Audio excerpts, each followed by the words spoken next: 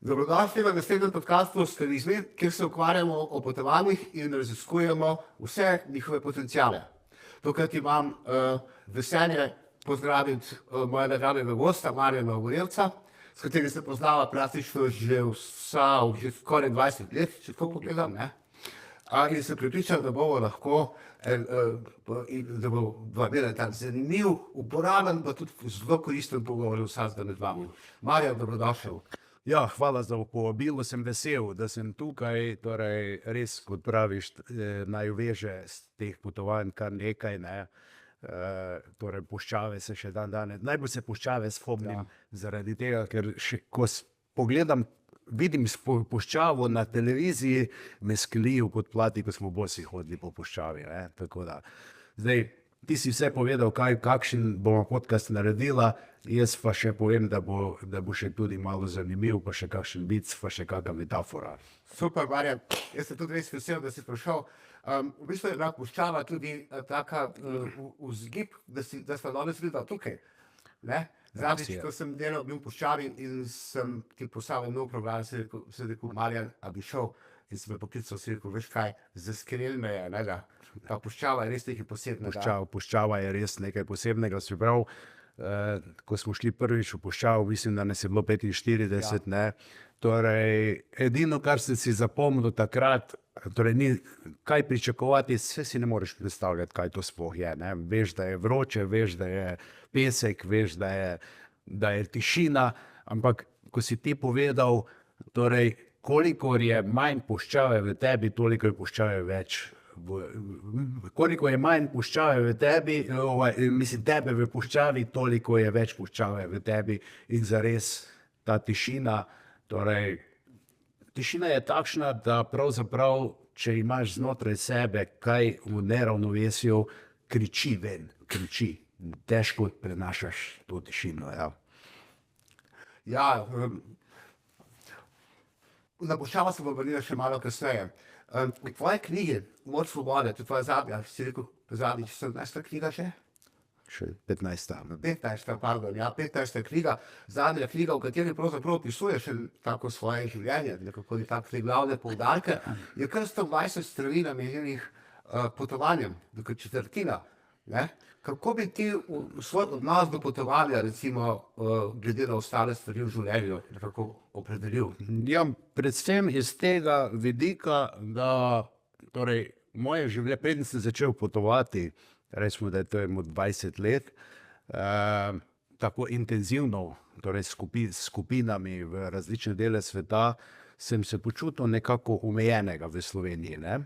Torej, omejenega, utesnjenega in vsako to potovanje mi je dala prvo srečanje s kulturo, še posebej srečanje s kakšnimi šamani in to širino in kar naenkrat se zavedaš, da je svet širok, kar naenkrat se zavedaš, kako si ti majhen v tem svetu, tle v Sloveniji imam kar, pri meni na Malem Vrhu imam kar občutek, da sem kar velik, ne, ja. Tako da, ja, resnično ta potovanja so mi veliko dala, veliko spremenila, to je tudi vedno neka zgodba, vedno je tudi delo z ljudmi, je tukaj zelo intenzivno, ker smo po cele dneve skupaj. Zaustavljali smo se na nekaterih zelo pomembnih, torej zgodovinsko pomembnih krajih in vsi te kraji, ki so zgodovinsko pomembni, so tudi energijsko zelo močni, na primer v Peruju.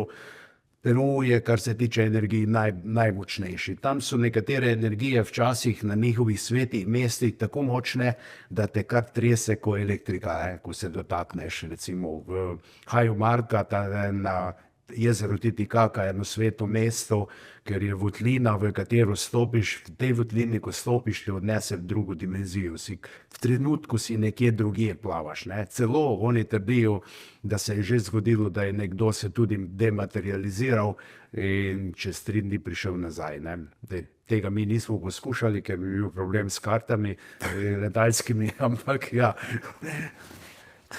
Marjan, ko si začel potovati, ne, si bil že uveljavljen terapevt in bil si že v bistvu trener olimpijskega zmagovalca, ne? in v bistvu si že potoval prej kot športnik, kot tudi bil si pri šamanih, že prej se poznala. Zdaj, če pomisliš, ko smo potem enkrat začeli skupaj potovati, mislim, da je bilo najbolj prvo potovanje na Šrilanko, in potem smo za vsako leto hodili na potovanje. Ko bi rekel, kaj ti je manjkalo doma, oziroma kaj si iskal, takrat, preden si začel s tem tvojo svetovno turnejo, kot svetovni popotnik, poleg vsega ostalega. Manjkalo mi v resnici doma ni nič, vendar moje nenehno stremljenje k temu, da se širim, da spoznam nekaj novega, da grem izven teh okvirjev, izven meja vse. Torej, nasplošno v mojem življenju, jaz zelo rad podiram vse meje, ki mi jih družba postavlja. Pravim tudi, da ne priznam nobenih meja in pravil družbe, pri katerih me niso vprašali nič, ko so jih postavljali. Torej, če me niste vprašali, potem jih tudi ne priznavam. To ne pomeni, da sem neodgovoren, to ne pomeni, da delam škodo, ampak ne priznam meje.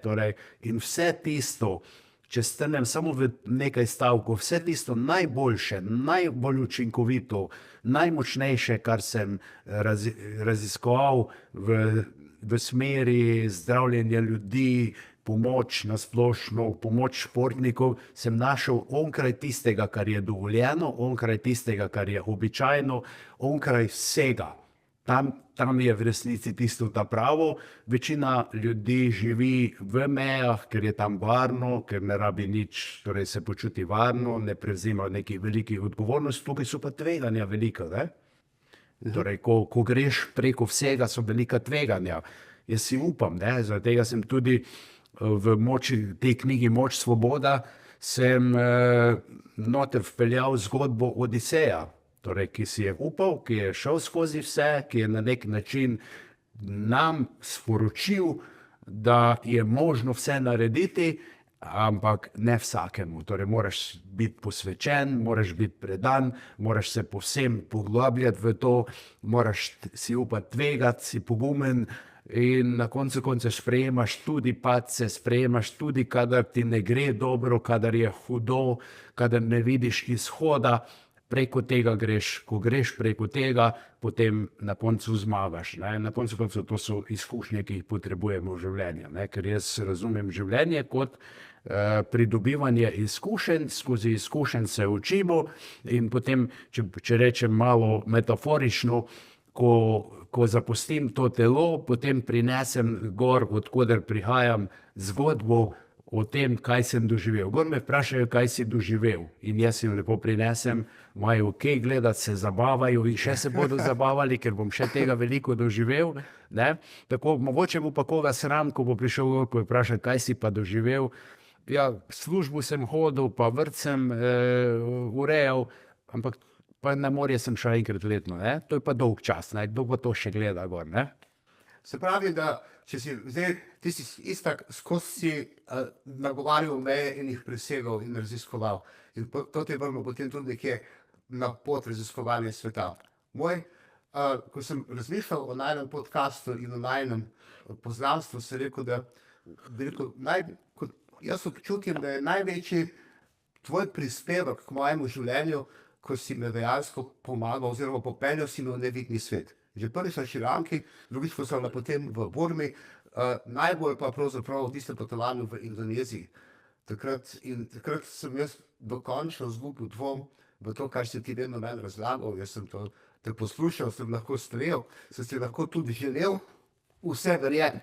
Ampak takrat me tista Indonezija me pa dokončno prepričala, da ta nevidni svet obstaja, da to, kar ti govoriš, je vse res. Ja, res, da je vse res. Torej, tega nevidnega sveta je veliko več kot tega vidnega. Torej, mi v resnici družba, cela znanost funkcionira v materialistični paradigmi. Res je tisto, kar je znanstveno dokazano, kar zaznavamo s petimi čutili in kar si lahko logično razložimo. Vendar svetovi se odpirajo potem navzgor, energijski, informacijski svetovi. Zakaj in ljudje tako ne zaznavajo? Prvo zato, ker niso naučeni, ker jim nihče tega ni povedal.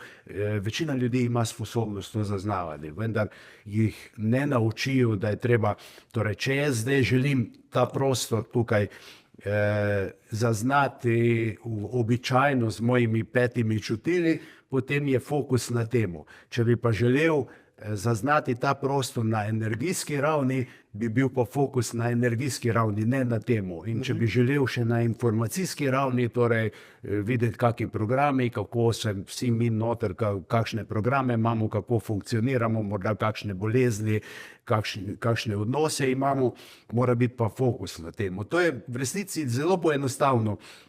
Torej, primerjava. Torej, tako kot so radijski signali vsi tukaj zdaj prisotni, vse postaje. Torej, na katero postajo bom obrnil, tisto bom slišal. In to je tako tudi v življenju. Ne? Torej, če želiš nekaj videti določenega na določeni lokaciji, v določenem času, na določeni dimenziji, moraš preprosto fokus usmeriti v to in to je bistvo. In potem se seveda izuri. Veš kaj, Marjan, ko ste me poslušali, se tem zdi me tako preprosto, ampak jaz vem, da sem rabil par let, pa sem, ni stvar, da ti nisem naredil karkoli, ampak da sem šel čez mojo blokado, naše civilizacije, ki pač pravi, da tega ni, in da sem tudi jaz lahko zaživel s tem svetom.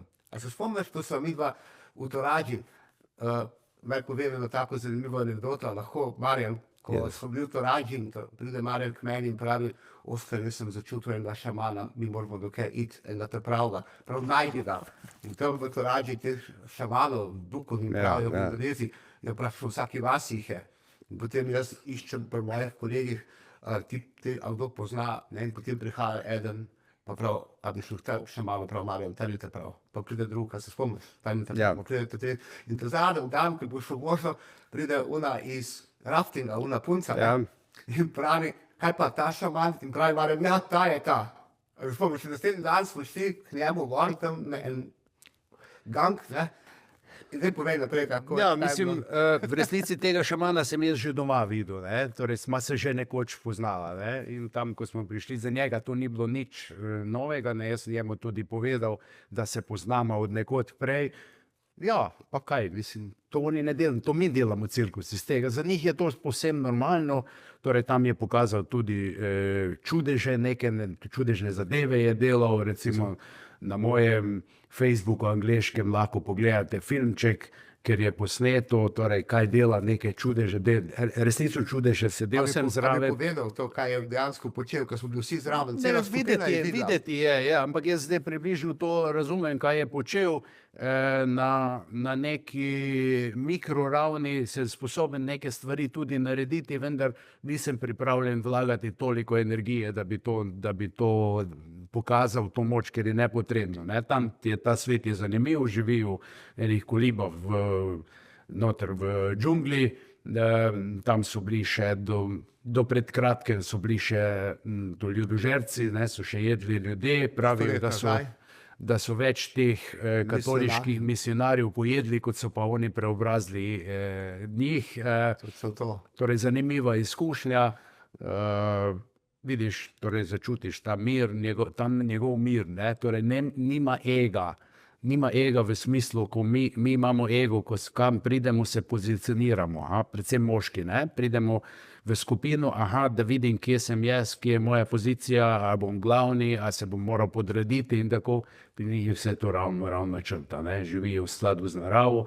Lahko bi rekli, da so bolj duhovni, kot smo mi duhovni, ne? Zaradi tega, ker za njih oni prakticirajo animizem. Animizem pomeni Bog, ki je v vsemu, v vsaki stvari, vsaki živali, v vsaki rastlini, v vsakem človeku, kot takega, zaradi tega spoštujejo vse. Spoštujejo živali, rastline, ljudi, tako je, da tudi, če tu pa tam koga pojejo, to je spet spoštovanje, ker pač...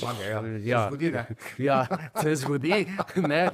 Ja, ampak to je ta animizem, ne? In je, bi rekel, z vidika, z religijskega vidika, ne, je Bog v vsemu, je na zemlji in je prisoten vsakemu in ga vsi tudi začutijo, ker ti tiče, si izurjen, naučen na to, da je fokus na tem, da čutiš rastlino, čutiš energijo, čutiš žival, čutiš energijo. Oni temu rečejo duh ali bog ali pa velik duh, se ni nepomembno, ne. Pri nas je problem, ker smo pač v naših velikih religijah, smo Boga je preselili gor na nebo in je gor nedosegljiv, ne moremo ga razumeti, je nedosegljiv in rabimo prevajalca, tudi tistega, ki tolmači, ne, torej to so pa svečeniki in tako naprej, ne, torej ne mislim, da je to narobe ali pravilno, samo je drugače, bistveno drugače je, ne. No, bi samo povedal moj pogled na isti dogodek. Marjan je to opisal z energijskega vidika, da se bila pa skupina, mislim, da je skupina, sedeli smo na enem tako preprostem, odprtem, lesenemu balkonu, ta gospod šaman je bil tam in v bistvu v nekem trenutku je takole dvignil, tako je dal roko, imel je betlov orešček, to je tako podolgovat oblika orešček, potem pa je šel z obrednim nožem, krisom, to je ta indonezijski obredni nož, je šel takole okrog, najprej šel takole okrog in potem je kar naenkrat takole z očesom, jaz se spomnim, ko bi bilo včeraj, začel takole gor delati in ta betlov orešček, po mojem 15 deka nekaj tazga, je šel gor, se je dvignil 10 centimetrov in je začel obračati. Tako da vsakič, ko je on z obrvjo takole gor dvignil, se je obrnil, 3-krat, 4-krat in potem se je spustil dol. In takrat se spomnim, vsi v skupini, razen Marjana, pač, ker on je poznal te stvari, mi pa so prej prišli, so bili v nekem dvomu, ne. In potem, ki je on to naredil, nobeno ni razumel. To je bilo zame tak čudež, za kateri sem jaz rekel, zdaj pa vem, da obstaja. Skupina ga je zaprosila, da vsakemu posebej pove glede na njegove težave vzrok, podobno kot mi delamo v karmični diagnostiki, tako. In na koncu, ko sem jaz zadnji prišel na vrsto, sem mu rekel, naj mi to še pogleda, je rekel, tebi ne bom gledal, ti si lahko sam pogledaš. Ja. Da ni vedel, da sem terapevt ali pa karkoli, ne, torej. Ne samo potovanja s tabo nekaj posebnega. Potovala smo vsako novo leto, ne, in ti si mi odprl nov pogled, ker si iz tistih stvari, ki sem jih jaz prej videl, kot in sem že velikrat na istih koncih, kot so mi skupaj, ampak ti si videl več, ti si videl energije, in ti si prišel in si rekel, Oskar, glej, tukaj je posebna energija, tukaj je tole, ne postav se tukaj, ali pa, a čutiš tle to in to in to.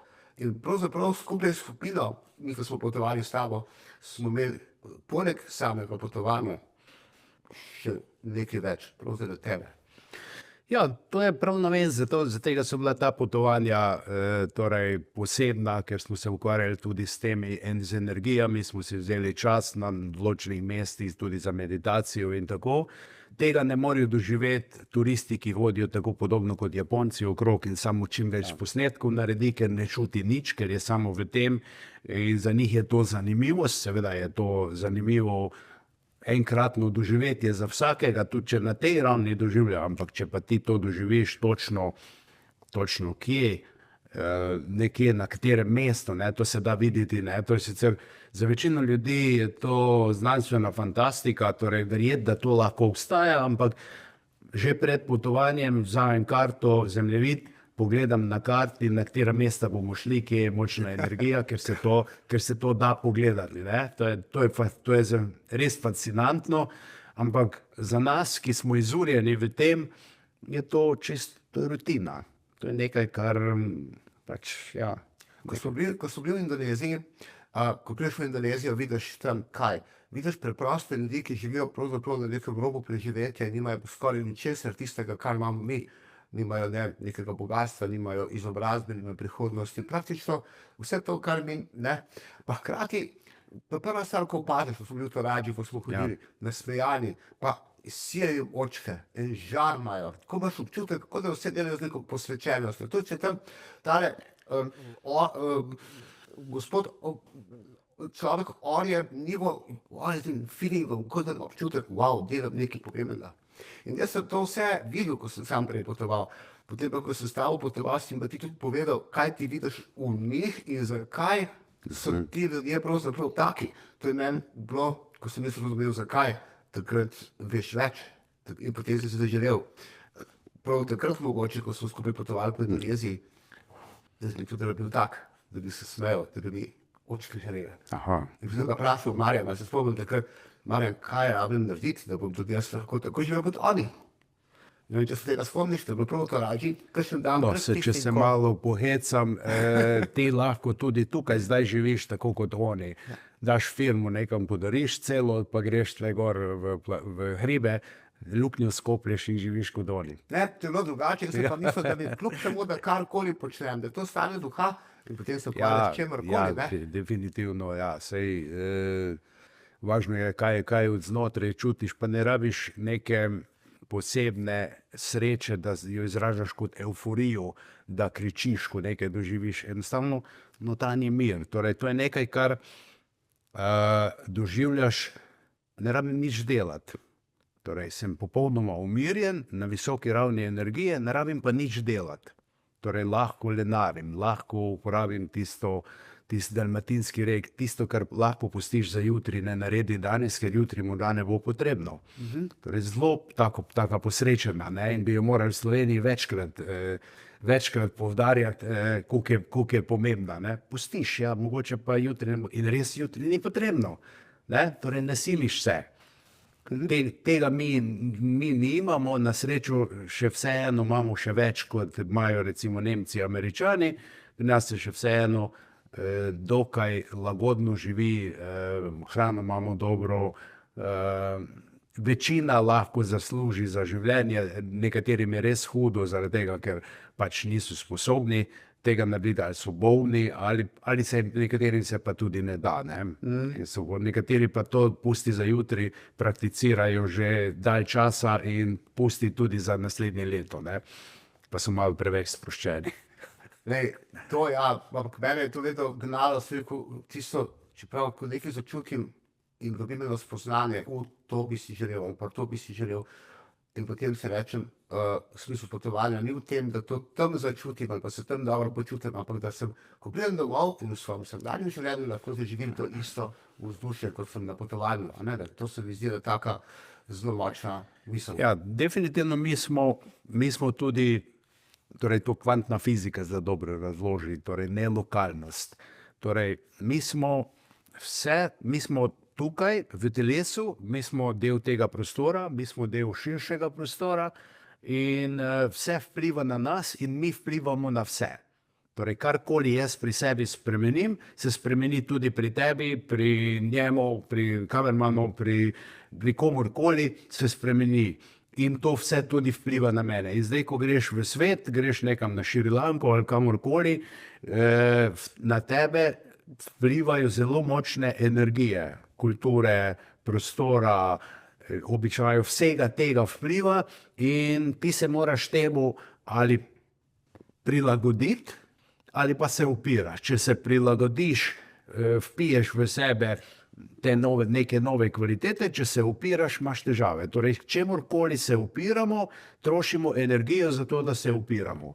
In nismo dovolj prizemljeni, temu rečemo. Ne? Torej, Drugače bi rekel, če hočeš usrkati, da se odpreš te drugačnosti, ja, in da postaneš ja, en del, da zaživiš v širansko življenje v širanki. ja, in ko se odpreš, torej dobiš sigurno od tega en del in to prineseš tukaj v svoje življenje, torej ožje v družino in tudi širše. Ne? Jaz v prostor, ta terapevtski prostor, predavanja, v knjige in tako naprej to širim, ne? Ker karkoli je v knjigi zapisanega, vsebuje to energijo. Torej, ljudje malo razmišljajo o tem. Ne? Torej, ko pišem knjigo, torej je knjiga vsebuje moje energije, ko sem pisal. Ne? Torej, jaz sem zdaj že toliko izurjen, da merim vsako poglavje, ko pišem knjigo, od 1 do 10 energijo in ga tako dolgo peglam, dokler ni 10, in potem to zložim. In energija mora biti 10, ko ti knjigo primeš v roke in jo greš brat, potem dobiš to energijo v sebe. Torej, to še ne pomeni, da je energija tistega, ki je napisal knjigo, dobra ali slaba.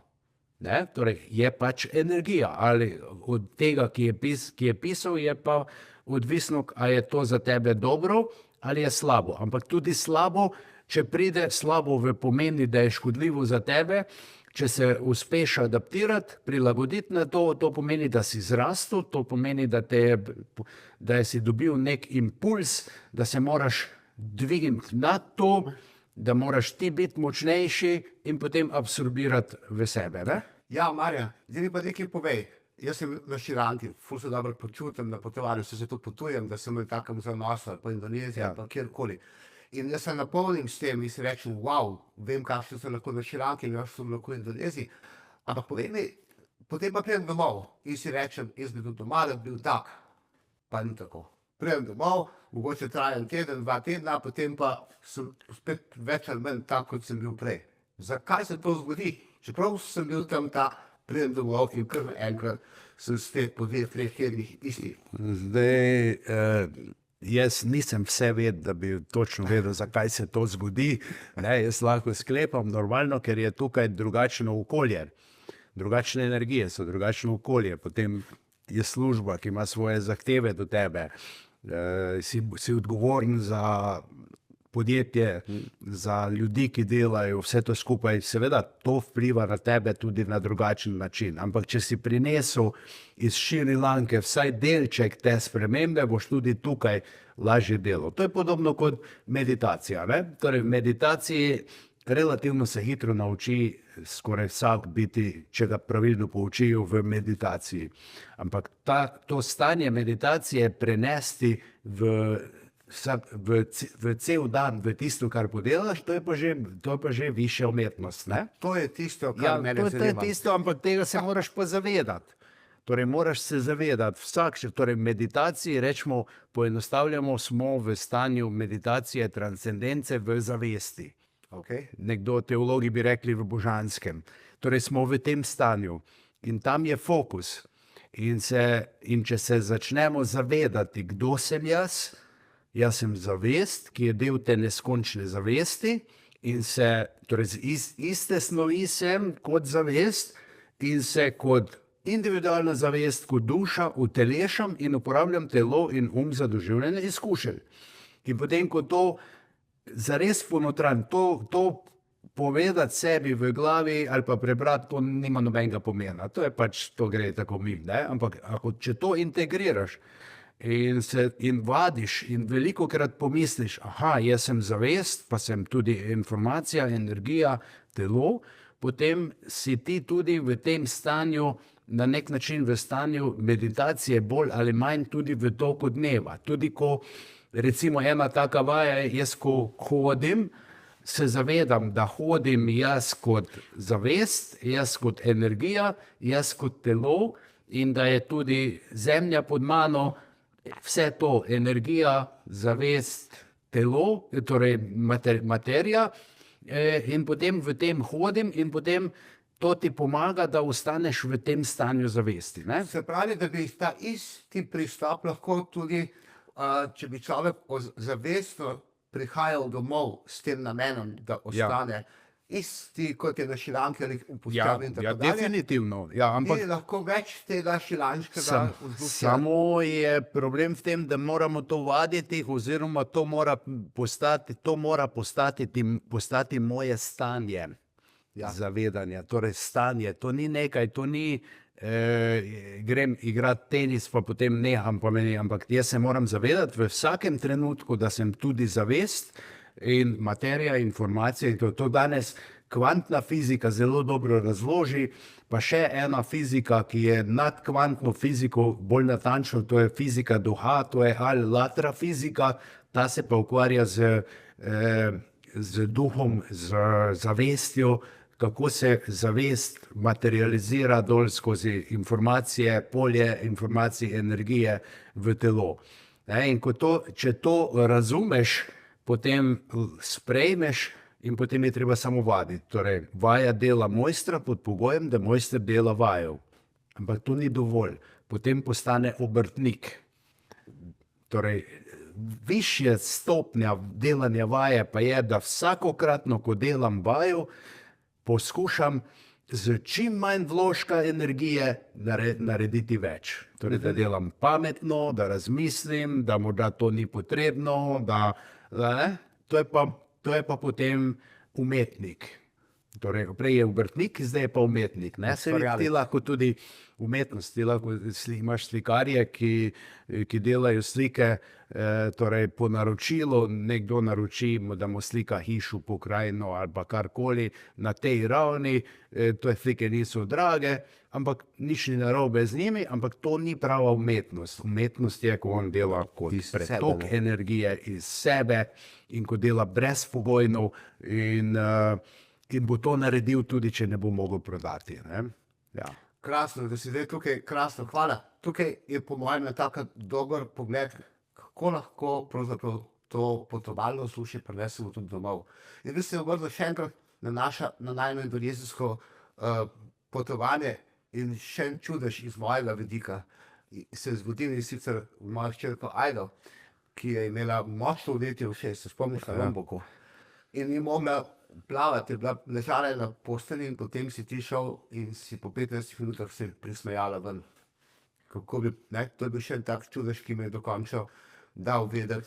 Ne samo, da nevidno obstaja, ampak da tudi z nekim intervencijom nevidno ti lahko popolnoma enoznačno prideš do jasnega rezultata v filmnem sektorju.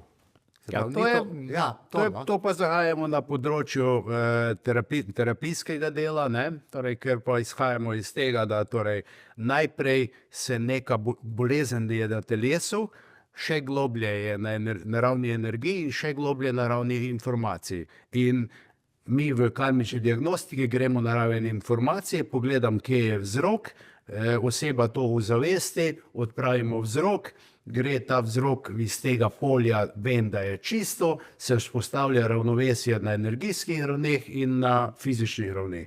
To je ful enostavno, mislim, to je ful enostavno, če razumeš, če veš, zakaj gre, ampak tako to funkcionira. To so pa te nove paradigme, ki je treba sprejeti predvsem v tem, torej se poskušam čim več govoriti o tem, pisati o tej novi paradigme, torej, da niso drugi krivi za nas, da niso okoliščine krive za nas, da smo mi tisti, ki smo prispevali k temu, v kakšnem stanju smo. V resnici prihajamo do karme. Karma je pa v resnici vsi dogodki karma je znotraj nas, noben Bog nas ne kaznuje ali pa vesolje, je znotraj nas. To so vsi dogodki, ki smo jih doživeli, in lahko so tudi travmatični, lahko so prijetni, ampak ni toliko problem, koliko je bila močna travma, ki sem jo doživel, ampak moj odnos do tega. Torej, če pa potem obsojam, če sem začel takrat obsojati nekoga ali pa nekaj, kar je krivo za moje težave, potem to stopnjujem, pa v naslednji podobni situaciji spet obsojam in sčasoma prihaja do tega, da sebi ustvarim podzavesti program, ki me sili v kompulzivno prisiljeno obnašanje v takih situacijah. Da vedno, kadar je nekaj, se meni ne dopade, ga obsojam. In potem krepim karmo. In zdaj smiselno je ozavestiti najprej, da ti to škoduje, ozavestiti, da s tem, ko se tega zavedaš, ko se odločiš, da to ne boš več naredil, da poveš sebi ali pa drugim, žal mi je, ker sem tako se odločil, počistiš en del karme. In tako je tega veliko, je veliko tega za počistiti in torej imamo vsi kaj početi. Ampak najprej je treba sprejeti in razumeti eno in drugo, da smo sami delno prispevali s tem. So tudi zunanje okoliščine, kot recimo del družinske karme od naših prednikov, del karme človeštva, del nekih zunanjih sil, entitet in tako naprej, ampak to je manjši del. Večina imamo v sebi to zapospraviti. In če ti ne sprejmeš dejstva, da si tudi sam prispeval k temu, potem nobena terapija, noben postopek ti ne more koristiti, če ne sprejmeš. Torej, če ne sprejmem, da imam umazane roke, potem si jih tudi ne bom umil. Moram najprej to sprejeti. To je tisto, kar je ključno, ampak naša kultura je tako narejena, ustvarjena že iz, bi rekel, časov Adama in Eve, da prenašamo krivdo na druge. Torej, jaz kot Adam nisem kriv, kriva je Eva, ker me je zavedla, Eva pa pravi, nisem jaz kriva, kača me je zavedla. Ne? In to pomeni prenašanje odgovornosti in krivde na druge ljudi. Ne? In potem to vse skupaj bi se dalo tudi razložiti energijsko, recimo samo ena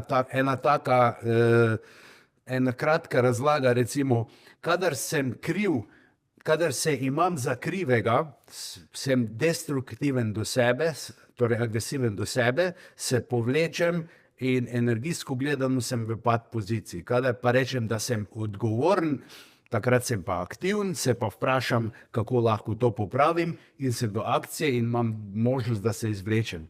Pri tistih prvih, ki so samo destruktivni, ustvarjajo pogoje za avtoimune bolezni. Ker najprej je energija, potem je fiziologija. In če zdaj moja energija napada mene, oziroma sam sebe napadam, najhuje je to, da če mene napadajo od zunaj, imam obrambo, kakršnokoli obrambo. Če pa sam sebe napadam, pa nimam obrambe. Ja, kako se proti sebi se ne moreš braniti? Torej, jaz sem kriv, jaz se obsojam, jaz sem tak ali pa drugačen, ne? To je zelo prisotno v naši družbi. Ne? In seveda, to je dolga zgodba in tega se ne da Deva še mal v bistvu še pustiti še zapuščavo. Jaz sem hotel samo nekako povedati, da tisto potovanje, ko sem ga imel v Indoneziji, se mi zdi, da takrat eno tako, ko je prišlo prav do tega, ko sem zdaj prišla. Zame je bil čudež, zate, ko si pa prej povedal, pa čisto preprosto dejstvo, ker bo treba samo iti v informacijsko polje, nekaj spremeniti in moja hčerka Ajda se je prispejala ven, ne, šla lepo v morje in od takrat naprej, naj ti povem, nikoli se ni več ponavljalo od nekaj čez. Ja. Ne spomnim se, kaj je bilo, ampak nek vzrok je bil, ki smo ga ugotovili. Ja. In če ozavestiš vzrok, potem ni več te energijske motnje in ker ni energijske motnje, telo funkcionira normalno, je pretočno in funkcionira in se samo sebe pozdravi, verjetno. Ja. In prav ta razlika me potem skupaj pripeljala do tega, se mi zdi, da so začela razmišljati o tem, kaj pa če bi naredila na potovanje, kjer ni namen turizem, kjer ni namen ogled, ampak je namen pravzaprav prav to, o čemer zdaj vse skozi govoriš. Osebnostno, lahko rečemo, čiščenje, prečiščevanje, kolikor že. In sva začela s prvim potovanjem, to pa je bila zdaj ta najina puščava, ki sila leta 2011, ne, s 45 sobotniki. Ne. Oba sva vstopala v to potovanje z množito predpostavk. Jaz sem bil v puščavi, ti si to tip, ampak v bistvu, in se spomnim, ko sem šla proti letališču, sem bila oba vznemirjena, ko bo to bilo en cel teden preživeti s 45 potniki in jih voditi v čisti puščavu. A se spomniš tega? Ja, mislim, veš, kaj je bilo za mene to fascinantno. Tam noter je bilo, torej smo hodili v povprečju 20 km po pesku, po belem bosi, potem tam, ker je rjav, obuti, ker je prevroče. In bilo je nekaj žensk starejših, dve se spomni, so imele 72 let, vsak dan so prehodile to, pa nikoli v življenju niso več hodile, kot da so psa sprehajale v svoji ulici. Ker je energijski naboj je tako močan, potem ko hodiš bos po pesku, pesek vsrka sončno energijo, ti se napolni tvoje telo, si kot baterija, zvečer samo malo manjka pa, da svetiš. In še ta, bi rekel, psihološka priprava, energijska, ko jim poveš, da oni zmorejo, ko se napolnijo, ko se odprejo, mislim, to je neverjetno, kaj se da narediti iz ljudi, kaj vse lahko, kaj so vse sposobni narediti. Enkrat je bila tudi, nisem siguren, verjetno v Sinajski puščavi, ko smo se vračali z pohoda, smo prišli na večerjo, beduini, noč se je spustila, beduini so že pripravljali večerjo in so malo zamujali, mi smo šli pa v meditacijo, pred meditacijo smo pogledali, bila je polna luna, tako kot v filmih, vedno je polna luna. Ja. In okrog polne lune je bil obstred, to je ta svetlobni prsten. To je čisto fizikalni pojav, to fizika lahko razloži. In ko smo mi bili pol ure v meditaciji, ko smo pogledali, se je ta obstred zaradi nekih pojav, ki mi ne razumemo, spustil eni 200, 100, 200 metrov nad nas in je bil velik 100 metrov. Ta prsten, to je neverjetno. In ko so to beduini so videli, so rekli, da sem jaz to naredil. Sem rekel, da nisem jaz, da je to, ne moreš jim razlagati. In potem so rekli, da sem Mojzes, da sem Musa, da sem Mojzes, da ustvarjam to. In tam bi lahko bil svetnik. V kratkem času bi bil svetnik, ker se spomnim tam in tudi, ko so prihajali v raznih teh jordanskih puščavi, sinajske beduini s težavami. Torej, on drugače funkcionirajo kot tukaj ljudje. Tukaj ljudje vprašajo, a bo delovalo, a bom moral vseeno plačati, pa kaj pa, če ni to, kaj pa, če to, oni nič razmišljali. Oni so bili prepričani, da jaz delam čudeže in ko je prišel, da je bolel želodec, 3 dni ni mogel jesti, sem dal roko na pleksus, eno zadaj, stekla energija, za 5 minut je že, Je bil čist mehek, je bil že jedel, ker je odprt. In torej on sam sebe je pozdravil že s tem, ko je bil prepričan, da jaz delam čudeže. Ja. Tako čisto drugače. To se mi je dogajalo v Sibiriji, ko sem bil med šamani 4 tedne ali pa 3 tedne. Isto, ljudje so odprti in to sprejemajo. Zaradi tega tudi v teh tradicionalnih družbah še danes ti šamani in naravni zdravilci, ki so tudi edini, ker zdravnikov ni, so tako učinkoviti, ker ljudje zaupajo, se odprejo in jim pač terapija se zgodi. Ne? To je bilo tudi, recimo, meni je bilo fascinantno, takrat jaz sem predtem že predvsem puščal na vzkos, ampak to so bili ljudje, moji potniki, ki so prav želeli v puščavo. In zdaj oni so bili to pripravljeni in tudi 2 tedna smo lahko skupaj živeli tam. Ampak recimo ta tvoja, naša, najna skupina, oziroma tvojih, največ je bilo tukaj tvojih slušateljev, pa tistih, ki si jim pomagal in tako dalje prej, to so bili pa ljudje, ki so šli iskati nekaj več, nekaj sebe, nihče nikoli niti razmišljal, da če ne bi ti rekel, jaz bom v puščavo, pejte z mano, oni mi verjetno nikoli ne bi te puščave videli. To so bili ljudje iz običajnih ulic, ki so se kar enkrat soočili, pazi Marjan, s tem, da so noči vstop v puščavo. 7 dni biti od zunaj, v totalnem neudobju, spali so na podlogah v spalnih vrečah, jedli so tisto, kar so ga imeli skuhali, pili so vodo, pa čaj, ne? V bistvu totalno Brez tuša, brez vsega. Brez tuša. 20 do 25 km na dan hoje, potem pa še vsa ta tvoja infrastruktura, se pravi, tvoj pristop, meditacije, invokacije, vse to, kar cikl, v bistvu, kar je bilo glavni del programa. Ampak jaz sem jih videl kot heroje pravzaprav. Spomnim se, da so prišli, pa so me sprašvali, so kače, kako bomo spali.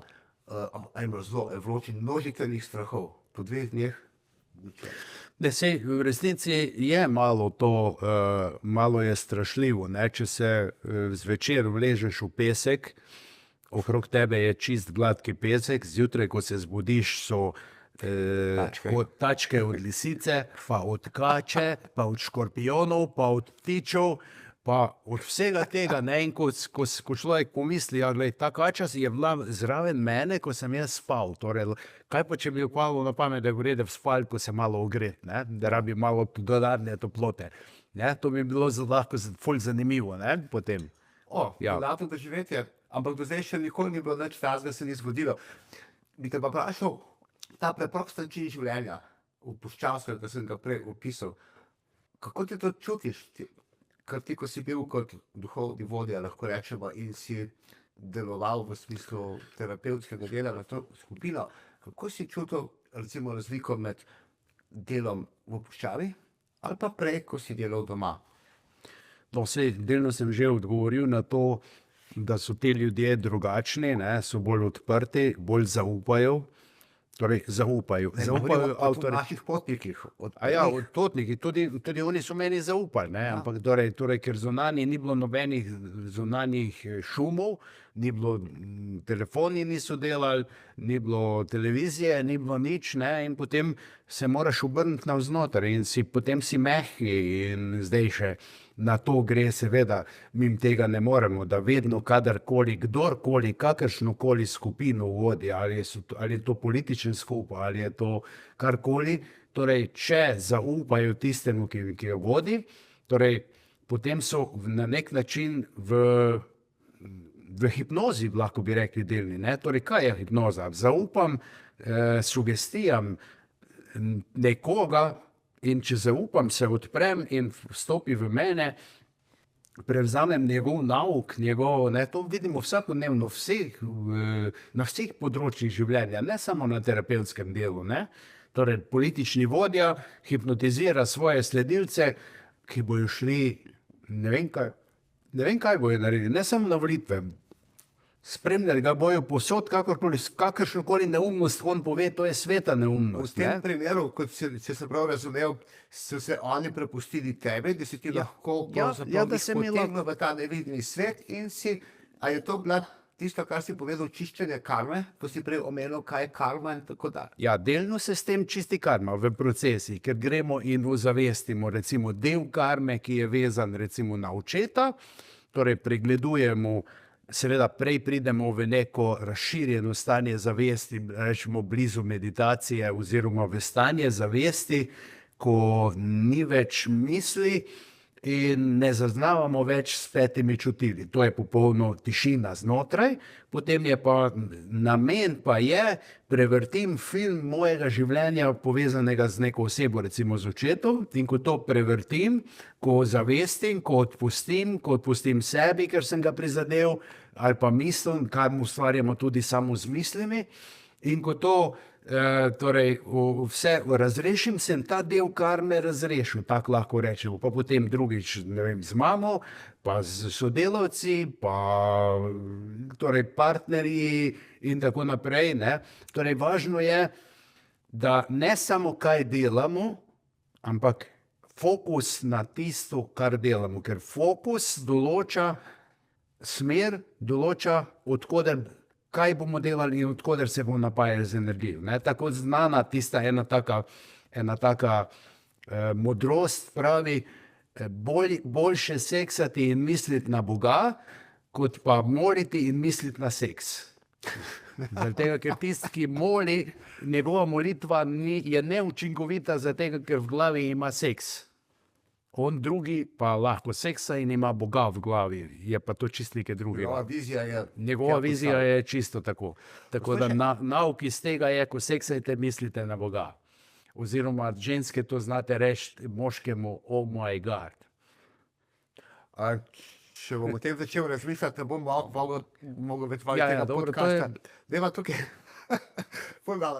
Kaj pa, to je pa bistveno lažje narediti na potovanju, kot pa doma. Definitivno na potovanju, torej manj šumov, tudi namen je drugačen, na koncu koncev, če hočeš tudi materialno, torej če jaz šparam celo leto ali pa dvignem kredit, da grem na potovanje, to je, imam zelo jasen namen, sem pripravljen nekaj vložiti in bom tudi naredil, ker če bi to vse imel zastonj, sigurno to pa imam izkušnje s tem, ne deluje tako, kot bi delovalo. Torej, ko ljudje dobijo nekaj zastonj, potem nima tako dejstvo, kot če nekaj vloži. Karkoli, trud, nekateri so ful težko prišli do tega denarja. Že ta namen, drugo je, če so vodeni, torej ni to nujno, da sem samo jaz ali pa nekdo drug, ki vodi duhovne skupine. To je lahko tudi vodnik, čist navaden vodnik, mislim, ki vodi v okviru agencije skupine, če bi jim vodnik ukazal, ne vem, dejte tu začutite, pa to še drugač prostor, začutite energije, naj bo fokus energije, pa začutijo tudi energije. Ja. Tu začutite tudi širino to, pa jo bojo začutili. Ne? Torej nismo samo bioterapeuti, tisti, ki to znamo in lahko naredimo. Morda imamo več izkušenj, ampak jaz bi si želel, zaradi tega tudi pišem knjige in snemam razne podcaste in predavanja, da se začne med ljudmi širiti malo to dojemanje tega, da smo vsi to sposobni narediti, ampak seveda pod nekimi pogoji. Jasno, če sem jezen, potem tega ne morem narediti. Če obsojam, tega ne morem narediti. Ampak ne gre samo za jezo danes, v določeno, ampak včeraj, pred enim letom, vse to, kar akumuliram v sebe, to je del karme, potem težje naredim neke zadeve, težje zaznavam, težje imam dober odnos z ljudmi, namreč ko čistimo karmo, ko čistimo vse te zadeve, vsa področja, jaz rečem vsa področja življenja, potem smo tudi bolj senzibilni, zaznavamo druge dimenzije, smo bolj spravljivi, bolj etični, bolj morda predani tistemu, kar delamo, in seveda, predvsem pa odnosi se izboljšajo. Ne? Ja, in to sem zdaj, če se vrva na to najno prvo ciljsko potovanje, ki je mene izjemno zaznamovalo, ko smo se vračali z našimi sopotniki, 45 je bilo, vsi so se svetili očke, vsi so bili ful navdušeni, vsi so rekli praktično, da je bilo to eno njihovih oziroma najmočnejše potovanje v življenju, čeprav so potovali tudi kje druge. Malo so občutek, kot da so prečiščeni, kot da so notranji čisti. En del so naredili, ampak zdaj malo v šali, malo zares. Ti ne veš, ali so se jim očke svetle zaradi tistega, kar so doživeli, ali zaradi tega, ker prihajajo domov. Ja, ko smo Ne, se hecam se, ja, ampak ja, se definitivno. pogovarjali, so več ali manj se so zraven rekli, kako bi bilo fajn, če bi v tem stanju, kot smo zdaj, lahko živeli tudi doma. V očih se pozna, ne, ko se nekomu v oči svetijo, pomeni, torej, da je življenje. Ne. Če pogledaš ljudi, ki so obupali, ki so vrgli puško v koruzo, ki samo še čakajo, kaj se bo zgodilo z njimi, nimajo več žara v očeh. Ne. Torej, nimajo tiste zvezdice, ki žari,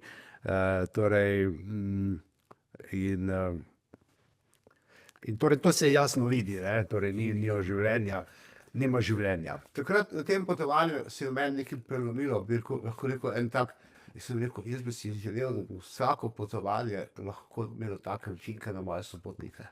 Da bi vsako potovanje, tudi turistično ali pa bolj doživeti in tako dalje, da bi tudi jaz imel nekaj tega, kar si imel ti, zato tudi berem tvoje knjige, ki jih pišeš, zato da nam pokaže, da smo tudi mi lahko navali, pač, ki nismo terapevti ali pa karkoli, lahko sodelujemo pri tem, da sopotniku dodamo nekaj na potovanju, da mogoče on se z nečim sooči, kar je njegovo na potovanju, in pride tako čistejši domov in potem doživi čistejše, tako rečem, domači življenje. Ti imaš to priložnost, ker imaš pač agencijo in lahko preko svojih vodnikov narediš tako, da bojo tega več doživeli, da si bojo kaj prebrali o tem, da bojo, ne, mislim, jasno je, da niso tudi vsi potniki za to, ne, ker se je že tudi zgodilo, ko smo potovali, ne vem, tista prva, ko niso bila duhovna potovanja, ampak privat, Šrilanke, da ko sem jaz poskušal nekaj razložiti, so se nekateri demonstrativno umaknili, ker jih je zmotilo to, da jim bo nekdo na potovanju povedal, kaj v energijah, kaj šele v tej duhovni sferi, ne, ampak to je vse. Danes vemo, včasih smo mislili, da je to mistika, danes vemo, kvantna fizika razloži vse pojave na duhovni sferi, na energijskih, informacijskih ravneh, vse kvantna fizika razloži in to lahko dokažemo, ne, in še potem še kakšne druge take, bi rekel, taki pogledi kot hologram, pa fraktalne zakonitosti, vse to lahko razloži. Se pravi, Marjan, to že vse vemo, ampak hkrati pa ne vemo, ker smo navajeni razmišljati o njih standardnih vse, kar je, pravijo tako, ne, če želiš videti, kako je zgoraj, poglej, kaj je spodaj. Tisto, kar je zgoraj, je tudi spodaj, je materializirano. In vse to je tudi gor na višjih ravneh, samo ker si mi imamo pogled usmerjen v materialno, samo to je realnost, torej ta kozarc je realen za mene, ne?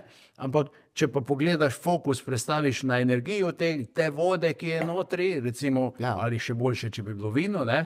Če bi to pogledal, potem pa bi zaznal tudi neke druge dimenzije. In ko pogledaš, recimo, ne vem, mi smo eksperimentirali v Šrilanki, ker je ki smo bili skupina, tam je zelo težko priti do vina. Ne? Pa ko ga nimaš, bi spil kozarc vina, še bolj hrepeniš po temu. Steklenico vina jaz jo programiram in ko so ljudje pili to, so začutili energijo. Jasno, ker se lahko stopnjuje, ne, energija.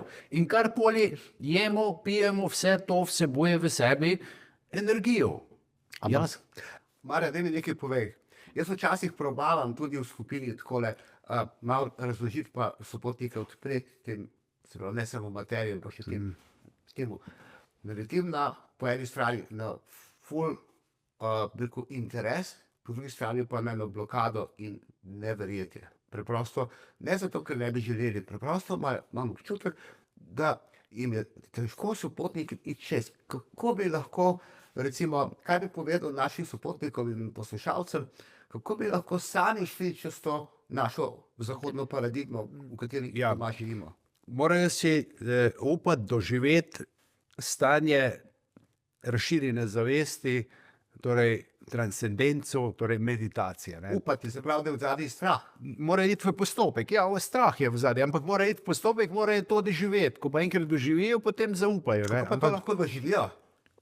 Ja, z različnimi tehnikami, ne? Sicer to, da smo si nejasni, razširiti zavest ali pa spremeniti zavest ni isto.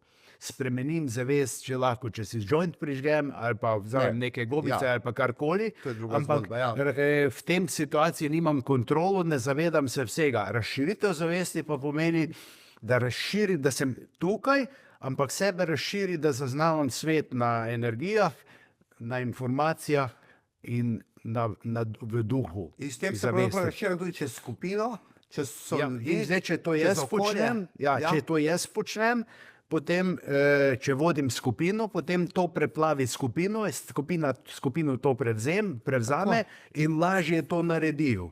Ko imajo pa enkrat to doživetje, izkušnjo, potem se pa lažje odprejo, pa bojo morda sami poskušali. Saj imaš veliko tehnik meditacije z raznimi mantrami, ki so zelo enostavne, ne rabiš neke posebne tehnike. Ne?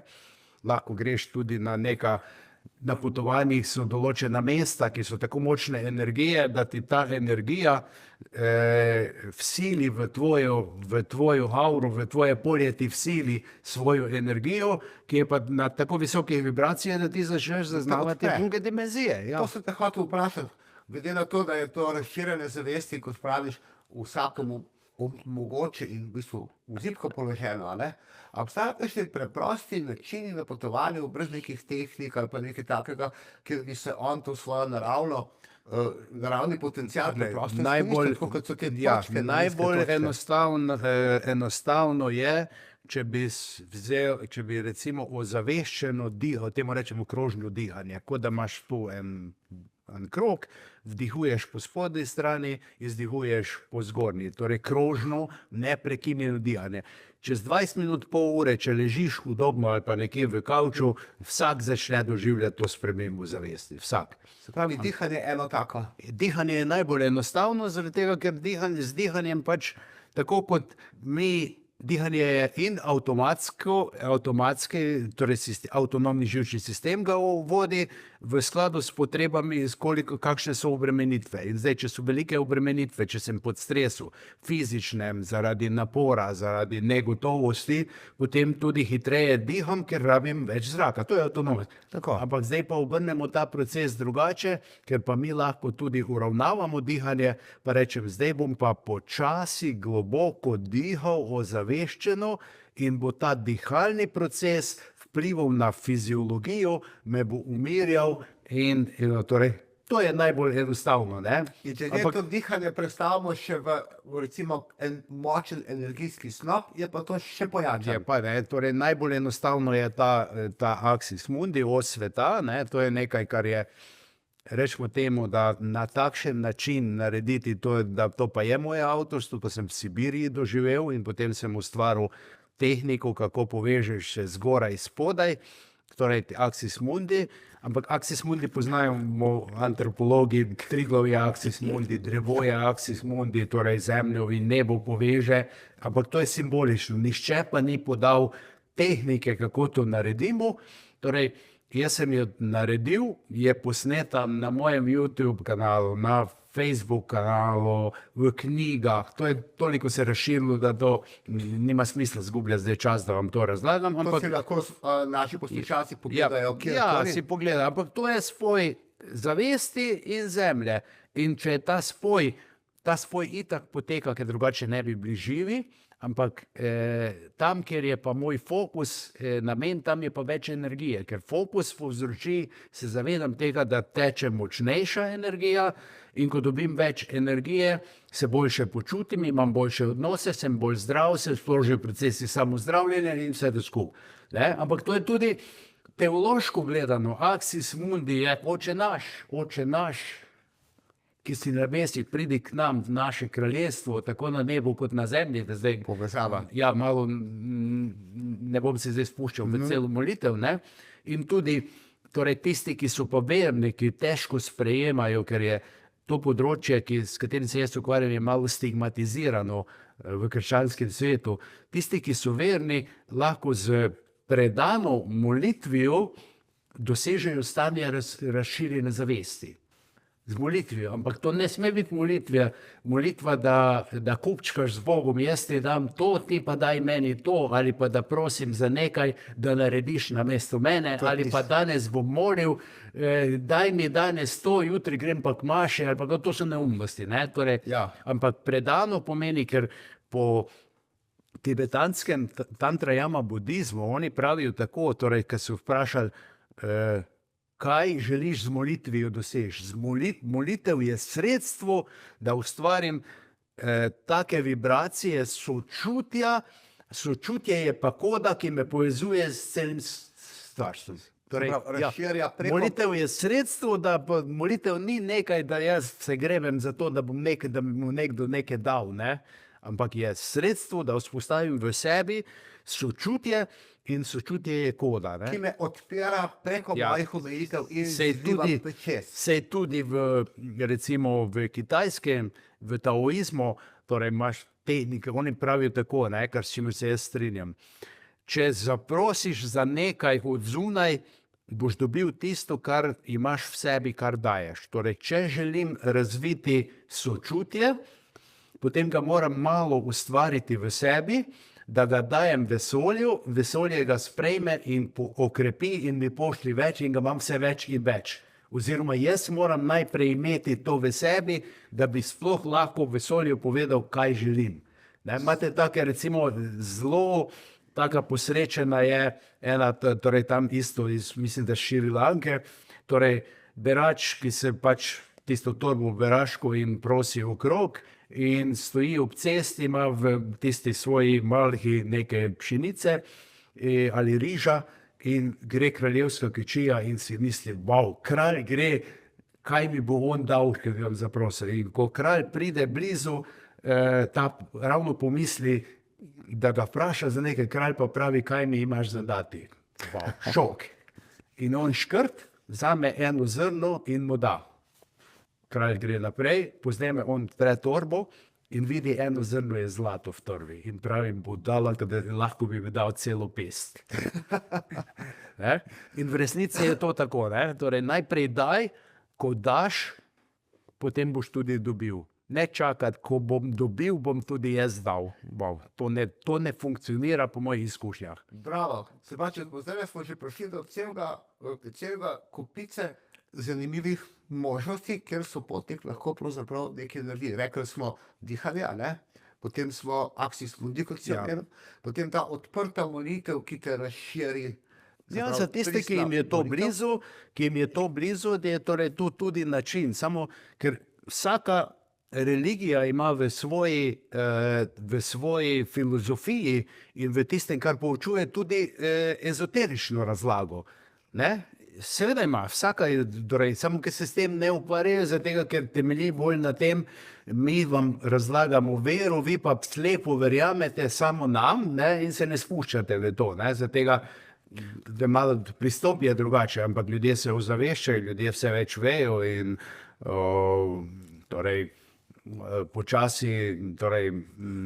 Kako pa energijsko vplivajo ti sveti kraji, recimo romarski kraji? Potem tudi lahko mošeje, templji, cerkve, pač, ki jih na poti obiskujemo, že kot turistične znamenitosti, recimo, ne. Kako pa to vpliva tudi na to, Torej, to gre za... omogoča to Ja, razširjeno gre za zavest? več stvari, več dejavnikov, ki se združijo. Torej, na teh svetih mestih je praviloma, ljudje so nekoč znali to določiti, kjer so bili sakralni objekti sveta mest, so bili vedno sveto mesto. Sveto mesto je pomenilo tudi močnejša energija narave, torej tako močna, da jo zares začutiš, če jo želiš začutiti. Potem so te verski objekti so narejeni tudi v neki arhitekturi, ki je v zlatem rezu ali pa v sveti geometriji. To pospeši, potem ta simbolika, potem pa tudi ljudje, ki hodijo to stoletja, desetletja, stoletja, s svojim dobrim namenom, z molitvijo, z meditacijo, prispevajo k tem energijam, ker energije se zadržijo v prostoru. Ponekod pa recimo, ti bolj poznaš te kraje dole v Turčiji, tam, kjer je Rumi pokopan. Aha, to je Konja. Ja, Na pri njegovem mavzoleju. tam je pa prisoten njegov duh, torej njegova zavest je tam prisotna. To je tako močno, da večina ljudi se tega ne zaveda, ker se ne zaveda, kaj čuti. Ampak če jim pokažeš, da se grejo, da usmerijo fokus na to, da čutijo, to je močno, to te stresa. Ja. Ker je ta energija. In te ljudje, ne, to je sicer daljša razlaga, ampak te ljudje, ki jim lahko rečemo svetniki, ki so bili dodana vrednost v družbi, ko umrejo, pustijo za sabo neko energijo, nek duh, ki vpliva na ljudi. In torej tudi umetniki, torej vsi tisti, ki so pustili neko zapuščino, imajo neko dodano vrednost v družbi, ko umrejo, njihova energija ostane in ostane večno tukaj. Ne? A bi lahko rekel, da potem, če smo pri Rumijevi energiji, ne? Ja. Da prav tak je ostala in je zdaj, ko prideš tja, te kar obsije in dejansko te trese, da je tudi ona privlači vse te množice ljudi nakrog? Ja, seveda privlači, saj nas podzavestno privlačijo močnejše energije. Nas podzavestno privlačijo ljudje, ki imajo več energije. Ne? Torej, mi zaznavamo ljudi, predvsem najprej energijsko jih zaznavamo, ker je tam na ravni preživetja, na ravni nabonov, mi čutimo energije. Se živali se tako prepoznavajo, ne? Čutijo energije, se mi tudi tako. Ne? Torej, tudi lepoto na nek način definiramo v skladu z močno energijo, ker ženska, na primer, eno je lepota, ki je na zunaj vidna, taka, da je za naslovnico, drugo je pa ženska notranjost, njena energija, njen naboj, njena čustva, tisto vse skupaj. To mi zaznamo, moški. Imamo torej neke posebne senzorje za to in to zaznamo. Ampak ženske rade tako nas prepoznajo, ne? Ženske prepoznajo, a je moški nek, recimo, takšen bolj mlačen, da nima moške energije, da se ne odloča, da ne prevzema odgovornost, da ni pripravljen voditi, takega praviloma ne izbirajo, razen če nimajo druge možnosti, ne? Razen če pač, ja, ne bom se zdaj spuščal v to. Če je edini, ne, ampak ja. Pustiva se to, da ne bo šla v detajle. Super. Se pravi, jaz pa sem vedno, to pa smo opuščali videla, ko vodim sopotnike, vidim, da se ful sprostijo tudi v naravnih okoljih. Torej, tudi tam so verjetno take energije, kjer lahko veliko naredijo zase in presežejo to stanje običajne zavesti. Definitivno, sej narava je živa.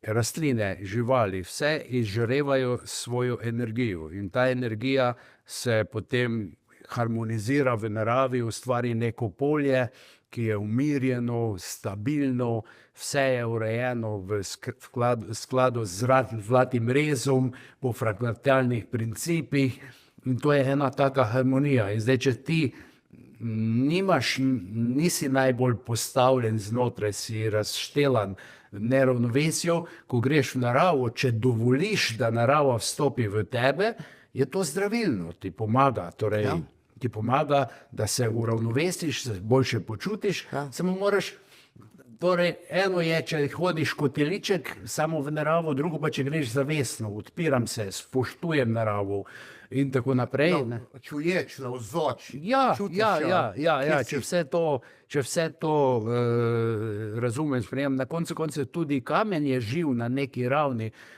subatomski ravni, torej na ravni energije, ker tudi en atom, iz katerega so sestavljene molekule, pa potem kamen, en ta atom ima znotraj sebe tudi elektrone, ki krožijo, torej je živ.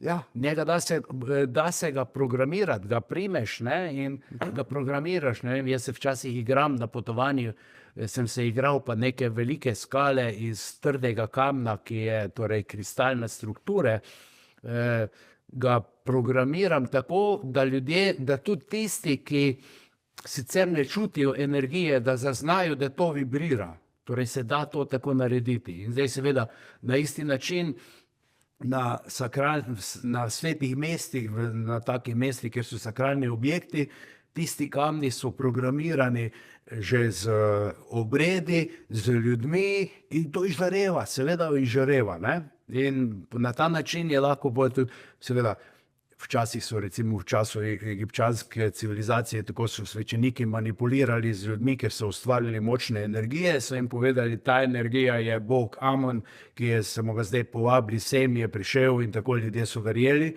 in so bili pripravljeni narediti čisto vse, ne? Ker za nekoga, ki se je razglasil za boga, so pripravljeni narediti čisto vse, ker za boga bojo vse naredili. Grejo v vojno, bojo umrli zaradi njega. Ne? No, če smo zdaj spet na potovanjih, se pravi, jaz zelo rad vključujem veliko narave in pa sprehodov in gibanja, tukaj so tudi puščali pa kasneje. Ne? Me pa zanima še ena stvar, kako vidiš sinergijskega vidika, to pa je stik s tradicijo in domačini. Se spomniš, ko smo včasih prišli v kakšno vas, anatomsko ali pa kjerkoli. In tisto preprostost, ničesar ni bilo, kaj bi bilo svetovnih znamenitosti, pa je našim skupinam to ostalo mogoče v najmočnejšem spominu, še bolj kot Efes, kot Kapadokija, kot te glavne stvari. Kaj se zgodi v tem stiku z značilno drugačnostjo? Dobro, to smo že govorili o tem, da to vpliva na nas. Drugo je, večina potnikov potem, pa tudi jaz bi rekel, pove, sploh se ne zavedamo, kako je nam dobro. Imamo vse. Torej, večinoma smo mi v enem komčku imeli s sabo več stvari, kot je ima cela družina tam vse skupaj s pohištvom in z vsem. Torej, imajo nič od nič, vendar imajo dobre odnose, v Aziji niso lačni, ker imajo riža dovolj, torej, očke se jim svetijo, kot ti praviš, in imajo še eno zelo pomembno zadevo, kar je ne smemo zanemariti, večinoma so globoko verni, verjamejo, ali so to budisti, ali so to hinduisti, verjamejo svojega boga. In ta vera v njihovega boga pomeni in molitev pomeni aksis mundi, ki jo oni postavijo na svoj način. To pomeni, ves čas so povezani z zavestjo na najvišji ravni, ker če izhajamo iz tega, da zavest je izhodišče za vse, v zavesti so vsi zakoni, v zavest potem in pomišljaj formira navzdol materialni svet. Ne? Torej, to je enosmerno in formira ta zavest. Na zemlji imamo pa horizontalno, to so pa informacije, ena beseda. Ne? Torej, izmenjujemo, manjka pa tega. Ne? In če zdaj pogledaš recimo umetno inteligenco, ona je fascinantna na horizontalni ravni, ker je znanostjo programira in tako naprej. Ko ji pa vprašaš kaj o vertikali, v duhovnih ravneh, se pa zgubi. Ja. Zato, ker tega ne razume, ker to je potrebno še nekaj več, ko ne razume, ni tako programirana in ta dimenzija ji manjka. Ne? To je pa tisto, ne? Kar je pa da. Recimo, umetna inteligenca bi ti lahko knjigo napisala. Ampak ta knjiga nima duše, nima energije, nima zavesti. Nima zavesti tistega, ki je ustvarjal to. Ne? Torej, tega nima in tega nikoli več verjetno ne bo imela, čeprav jaz špekuliram, razmišljam, nekje sem to zapisal in tudi A jih sem vprašal.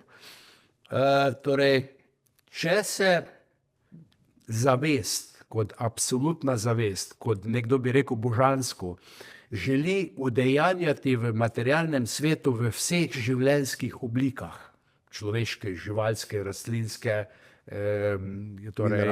minerale in tako naprej. Kaj pa, če te zavesti pade na pamet, želim se udejaniti tudi v umetni inteligenci?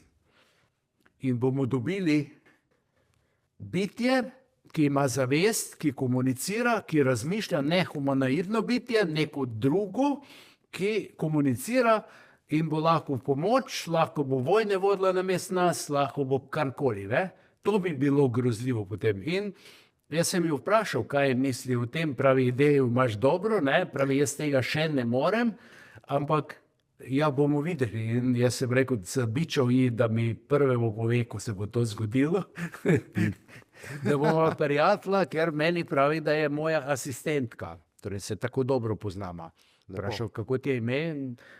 Nisem človek, nimam imena. Kako naj te kličem asistentka? Marjan, zdaj, jaz mislim, da to je ena taka vprašanje, ko so že tako globoko vstopila v te vidne in nevidne, predvsem v nevidne svetove. Jaz mislim, da je ena največjih vprašanj naše civilizacije smisel življenja. Kaj ti meniš? Kaj je tvoje mnenje o tem, kaj je smisel naših življenj? Jaz sem šel skozi različne faze, ko sem mislil, smisel življenja je imeti družino, otroke, pa smisel življenja biti poslovno uspešen, pa napisati knjigo. Zdaj pa mislim, da je smisel življenja živeti. Za mene. Da je dovolj. Da ne potrebujem nič. Celo živali imajo ta smisel življenja samo preživeti in nadaljevati vrsto. In tudi to, za mene je smisel živeti, vsak dan poskrbeti, da je meni in okolju in tudi širše dobro, sprejemati, to gre seveda sprejemanje vseh ljudi tudi, ne? Ena modrost pravi, kako boš lahko vse ljudi sprejel takšne, kot so. Zelo enostavno. Zamisli si, da so vsi ljudje tvoji otroci. In jih lahko vse sprejmeš, ker otroke lahko sprejmeš take ali drugačne. Ne? To je za mene, jaz ne bi preveč filozofiral okrog tega. Skušam razmišljati, ko si rekel, ja, živeti. A si imel v mislih živeti v tem tvojem kontekstu razširjene zavesti ali običajne zavesti?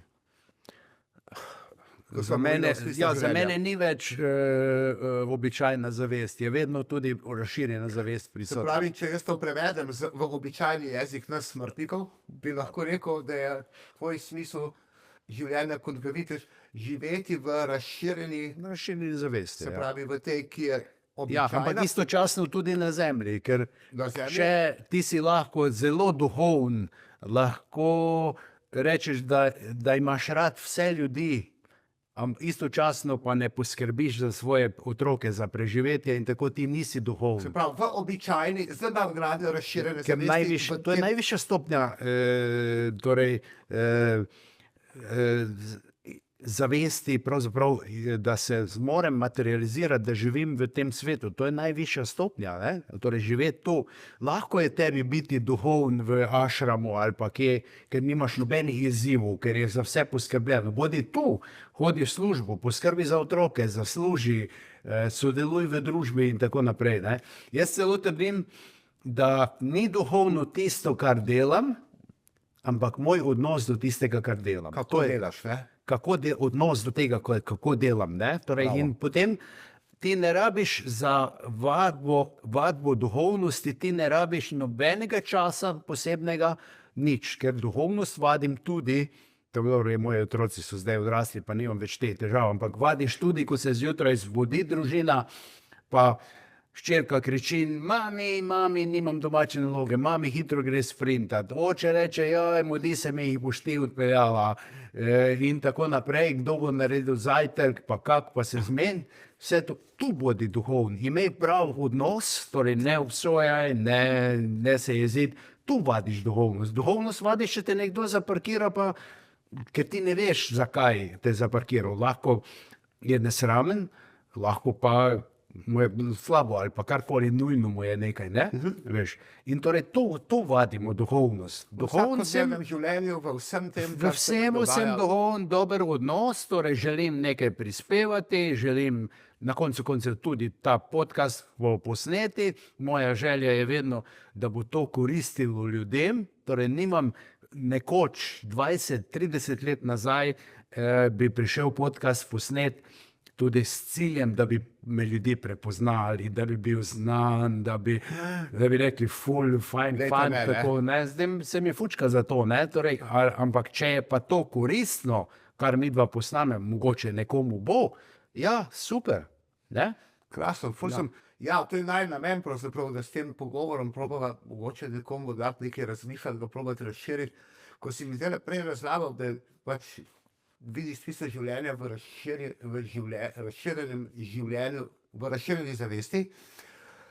In če sem jaz v tem trenutku v običajni zavesti, se pravi, da je pot do smisla življenja v tem, da se začnem to zavest razširjati. Lahko je to, ja. Smisel življenja je lahko, da napredujem, vsak dan, v vsakem pogledu vse bolj in bolj napredujem in v skladu z tvojo trenutno ravnjo najdeš tudi smisel. Morda je, ne vem, rečemo tam v tretjem svetu, ker so ljudje lačni, ker imajo zelo malo, je lahko smisel življenja nahraniti otroka, preživeti, je to smisel življenja. Ne? Saj Baba je nekoč izjavil, torej, lačnemu pripelješ Boga tako, da ga nahraniš, žejnemu pripelješ Boga, da mu daš pit, tistemu, ki ga zebe, pripelješ Boga, da ga oblečeš. Ne? In ker pravi, on ne rabi nekega imaginarnega Boga, da mu razlagaš, da bo on prišel. On rabi tu, kaj bo Bog naredil za mene. Ja, oblekel me bo, dal mi bo jesti in to je Bog. Ne?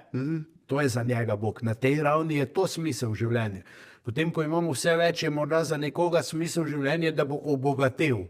Nič ne narobe z bogatstvom, ne? Torej, če pogledaš širše, da plače ljudem, da tako in tako naprej, karkoli prispeva v družbi, potem pa, ko imamo pa že dovolj časa, dovolj energije, da se začnemo spraševati v duhovnem smislu, je pa morda to nekaj, kar je smisel življenja, torej spoznati ta duhovni svet, prinesti ta duhovni svet, torej biti duhoven pomeni lahko tudi prinesti duha v materialno svet, v življenje med ljudi in tako naprej. Se pravi, se prebiti v tudi ta lasti nevidni, rečemo temu duhovni svet in vse celotno zaživeti. Tudi v religiji je podobno. Torej, religija pomeni religare, ponovno povezava. In zdaj, religijski sistem je zasnovan kot nek sistem, ki te bo zraven vsega tistega ritualu in vsega, kar religija vsebuje, pripeljal do Boga. Ampak na začetku ta religijski sistem ni religare, ponovna povezava, je vera. Vera v nekaj, kar ne vidiš, sprejemaš te obljube, če se boš držal tega, če boš se pač vnašal tako in tako. In potem nekega dne pride do gnoze, spoznanja, gnoza je spoznanje, znanje, pride do gnoze in takrat prideš do spoznanja, ne rabiš več biti veren, ker zveš. To je tako kot, ne vem, recimo grem prvič da se prvič napotim iz Brežic v Ljubljano, nisem nikoli potem potoval, torej verjamem, da me ta pot pripravi do Ljubljane. Potem pa ko pridem pred Ljubljano, zagledam Ljubljano v megli, zdaj pa vem, imam spoznanje, ne rabim več verjeti, da pridem, to je gnoza, zdaj pa sem v Ljubljani. To je to, bravo. In to je lahko na vseh področjih je tako, ne? In zdaj religija ima to svoj smisel, na začetku ljudje morajo biti verni, morajo slepo verjameti, potem so pa gnoza, ne? In zdaj gnostiki dajo še danes znotraj gnostiki zraven krščanske ločine, to so kopti recimo dol, pa krščanska ločina v Grčiji, Etiopiji posebej, torej Grčiji in te gnostiki so bili vedno trn v oko velikim religijam. Zakaj? Ker gnostiki pravijo, Boga moram spoznati sam, ne potrebujem posrednika. In če ne potrebujem posrednika, potem on izgubi funkcijo. To je tako, kot da v medicinskem sistemu, kar naenkrat se nekdo spomni, da ni treba več aparature medicinske kupovati pri posredniku, uvozniku, ki ful zasluži, ampak direktno v tovarni. Važno, da bo on jezen, ne? Ker jaz bo poslužbo. Posta biznis. Ja, to so principi, ki pašajo povsod, kamorkoli jih daš. Ne? Torej. Tukaj bi več še eno stvar osvetlil. Se pravi, videla sva zdaj ta smisel življenja in pa pot do njega, pa me zdaj zanima, kako pa ti vidiš potovanja na tej poti iz, recimo, običajne resničnosti domačega življenja, v to razširjeno resničnost, v kateri si prej govoril, da je potem življenje iz nje tisto uresničevanje lastnega smisla.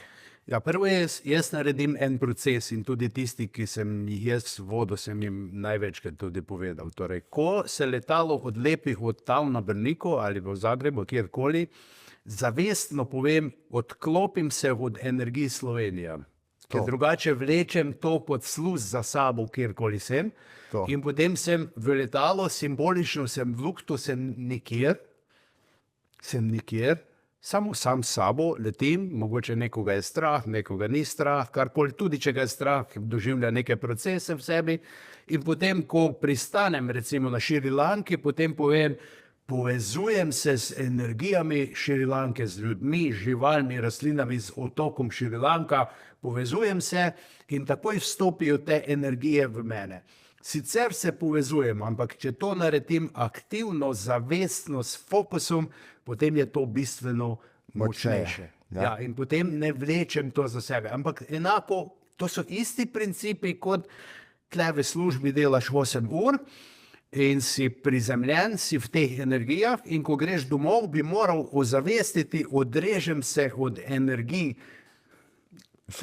službe in pridem domov in doma se prizemlim v družino, v moj dom. Če bi to imel ozaveščen, to potem, ko to velikokrat narediš, to je to avtomatizem. Možgani ustvarjajo torej, neko aplikacijo, lahko bi danes temu rekli, ustvarjajo, torej podprejo z nevronskim omrežjem aplikacijo, ki potem dela avtomatsko. Potem, ko grem, avtomatsko se odrežem. Terapevt se avtomatsko od stranke odreže. Vsi bi to morali narediti, ker drugače iz službe nosiš vse to domov, doma, a si želijo doma tega? Ne želijo si otroci pa partner tega, ne? Torej, to so te energije, pa če potem te energije silijo v tem, da se pogovarjaš o službi in tako naprej, ne? Vedno bi to moralo biti tako povsod, to je ta neka, bi rekel, duhovna higiena, bi lahko rekel, ne? Torej, to je izjemno koristno in tukaj gotovo marsikomu kot dobro izhodišče. Se pravi, smo mi prišli in svetoval potniku odklopiti se od domačih energij, ko prideš jaz se priklopiti na njihove, ampak potem, ko on gre naprej. Ja, mislim, v Šrilanko.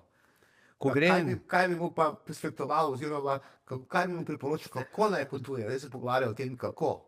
Ja, vse v tem smislu, v tem tonu, da sem povezan z vsem, da sprejemam, da samo opazujem, da ne analiziram, recimo to, ampak to so že take, bi rekel, bolj napredne funkcije. To je tako podobno, to razlagajo. To je zelo pomembno, ker ko ti vrednotiš in analiziraš, takrat nisi več. Če prideš na primer take banalne zadeve, včasih, ko smo videli pri potniki, ne, vsedemo se na čaj in čakamo 20 minut, da dobi skupina čaj. In nekdo reče, ja, pa kaj čakajo, pa jaz sem prišel tle, da bojo mene zaslužili, kaj si oni mislijo, pri nas v Kranju bi to za 3 minute dobil in tako naprej. To so že energije, ki zastrupljajo skupino, zastrupljajo okolje in v okolju, ker vsako okolje, kjerkoli ima nivojsko različne energije, destruktivne in konstruktivne. In če si ti destruktivn, se priklopiš na postajo v okolju destruktivnih energij. Ljudi, ki so zoprni, jih vlečeš, ali te bojo ukradli, ali te bojo, torej boš naletel na tako hrano, ki ni dobra za tebe, ali ne boš taksija dobil. Riska boš dobil. Ja, skratka, vse tisto najslabše, odvisno, kakšno imaš v sebi prepričanje, ne? Mislim, prepričanje, stališča, bi rekel, ki jih imaš, zato ker nekateri so a priori negativni, drugi so pozitivni. Zdaj, Želiš povedati, da s tem, da če sem jaz sitan, ali pa da širim v negativno energijo, da s tem sam privabljam, da se povežem s temi negativnimi iz okolja, jih privabljam in sem potem tudi posledica teh energijskih ja, žrtev. da privabljaš tisto, kar ustreza tvoji vsebini v notranjosti. Okay. Torej, to privabljaš definitivno. Zdaj, na neke take situacije prej naletiš, nekdo drugi ne bo naletel na njih, ki je bolj pozitivno usmerjen. Torej, to je zelo pomembno, ne samo na potovanju, na splošno v življenju. Torej, moja stališča, moja tema, sem optimist ali sem pesimist, je odvisno od tega, v kakšni vibraciji živim, kakšnih energij sem deležen, kakšne ponudbe poslovne dobim. Vse to je povezano. Ne? Torej, se pravi, da bi ta sopotnik bi mu svetoval, da se čim bolj sprosti, prepusti, sprejme deželo, kakršna je. In da neke zadeve, da se je treba zavedati, da na potovanjih ne more biti vse tako, kot je v tistem objavi napisano, da greš pa samo obkljukaš to, ker včasih se tega ne da narediti, ampak smo videli, da nekateri potniki pa cel dan nosijo tisto pa obkljukajo. Aha, to sem videl. Tam so vodnik, tega pa danes nismo videli, pa piše. Ja, kdaj bomo pa videli? Ja, ne bomo videli, ker je že 9 ur zvečer. Kaj pa pol? Ja, evo, to je že slaba energija, ki jo ustvarja, torej zastruplja, ker energija, ki je destruktivna, jeza, užaljenost, definitivno na telo vpliva tako, da zastruplja našo kri, torej to gre za epigenetski vpliv, torej od tega, kako jaz funkcioniram, tako deluje moje žleze z notranjim izločenjem in ustvari klimo v krvi, ki vpliva na gene, epigenetski vpliv in potem si zastrupljamo. To je tako, kot če sem jaz jezen na tebe in mislim, da ti bom s tem škodoval, to je tako, kot da sem jaz spil strup, čakam pa, da boš ti umrl. Ne boš. Torej jaz bom. Ko se še Pirova zmaga, ne? Ja. Ko te poslušam, imam občutek, dva pojma se mi pojavljata v glavi. Prvič je navdušenje in čudenje. A sta to dve stanji, ki bi jih recimo priporočil našim sopotnikom, ko so enkrat na potovanju? Ja. Jaz se čudim vsemu, čudim se tej roži. Kako ona funkcionira, kakšni programi so tisti, ki jih je ustvaril kdorkoli, zavest ali pa Bog za nekoga, je to naredil, da točno iz semena zraste točno taka roža, da ima strukturo, popolno strukturo, prilagojeno okolju in vse to skupaj. To je čudež. Vse je v resnici čuješ. Če pogledaš moj prebavni sistem, pojem pico, in kakšen to mora biti čudež. Torej, to ni, ljudje to jemljajo samoumevno. Kako samoumevno? To je program, ki sproži, pa pove, žolčnik bo izločil to, trebušna slinavka bo izločila to, vse to se bo obdelovalo tako, to, kar je viška vode, gre kar podamo naprej, encime bomo pobrali tukaj, vitamine bomo pobrali tu svržati, pa točno določeno količino, to bomo dali jetrem, da predelajo, to bo in ledvice ven dali, to bom pa pokakal. Evo. To je dejansko. Mislim, to je čudež. Mislim, življenje je čudež. In to je čudež. In če to jemlješ, da je to čudež, potem te pravzaprav nič več ne more presenetiti. Navdušenje je pa pravzaprav, ko opazujem vse te čudeže, ko se zavedam. Torej, ko se zavedam teh čudežov, sem pa navdušen. Navdušenje je pa energija, optimizma, energija visoke vibracije, energija, ki ti da zagon, vse boljše funkcionira, tvoja fiziologija, tvoji odnosi so boljši. Vse to navdušenje, to je ta zagon. To je, kot nekdo rečemo, zdaj so tako popularne start-up podjetja, rastejo kot gobe. Torej, ti ljudje so navdušeni nad tem, kar bojo počeli, imajo cilj, optimistični so pripravljeni tudi, če pogrnejo, znova začeti. Evo, to je to. Torej, ni kalkuliranja, ni tistega, Ja, mi bi začeli, ker pogosto jaz slišim, torej, ko so vodene terapije, jaz bi začel nek posel, ampak ne vem, če bo uspelo. A mi poveš, če bo uspelo? Če bo uspelo. Da ne vem, kako bomo ugotovili, da bo uspelo. Jaz rečem, začni delati, pa boš videl. Ne? valjda. Ja, na križišču, če ne vem, levo, desno, kam bom šel, katero je prav. Ja, preverim, grem levo, pa vidim čez 5 km, to pa čist nek drug konc, grem nazaj. Ne? Ja, samo to, ali mi je uspelo. Ne? Jaz sem vsako zadevo tako, recimo, ne vem, v športu smo v Brežicah začeli pred 30 leti, malo atletike, pa sem jaz začel trenirati tamale in so dosegali rezultate, skromne rezultate v merilu Slovenije. Pa smo rekli, mi bi radi želeli na olimpijske igre. Pa so rekli, kaj vi ste ja nori, mislim, kakve olimpijske igre, pa veš, kje ti se Brežice, nimate pogojev. Pa je Kevo, tukaj bil potem trener Primoža Kozmusa, ko sem ga jaz treniral takrat, mu je uspelo skoraj tek do olimpijskih, je bil 1,5 metra, pa mu je zmanjkalo. In potem smo šli naprej, optimistični, delali brez plačila, sami kosili stadion, grmovje posekali, zbetonirali, pa vse. In kar naenkrat se je zgodil olimpijski zmagovalec. Ljudje si sploh ne predstavljajo, kaj je to. To olimpijski zmagovalec. To je nekaj, kar je največ v športu, kar lahko dosežeš, ker je tam 210 držav na olimpijskih igrah.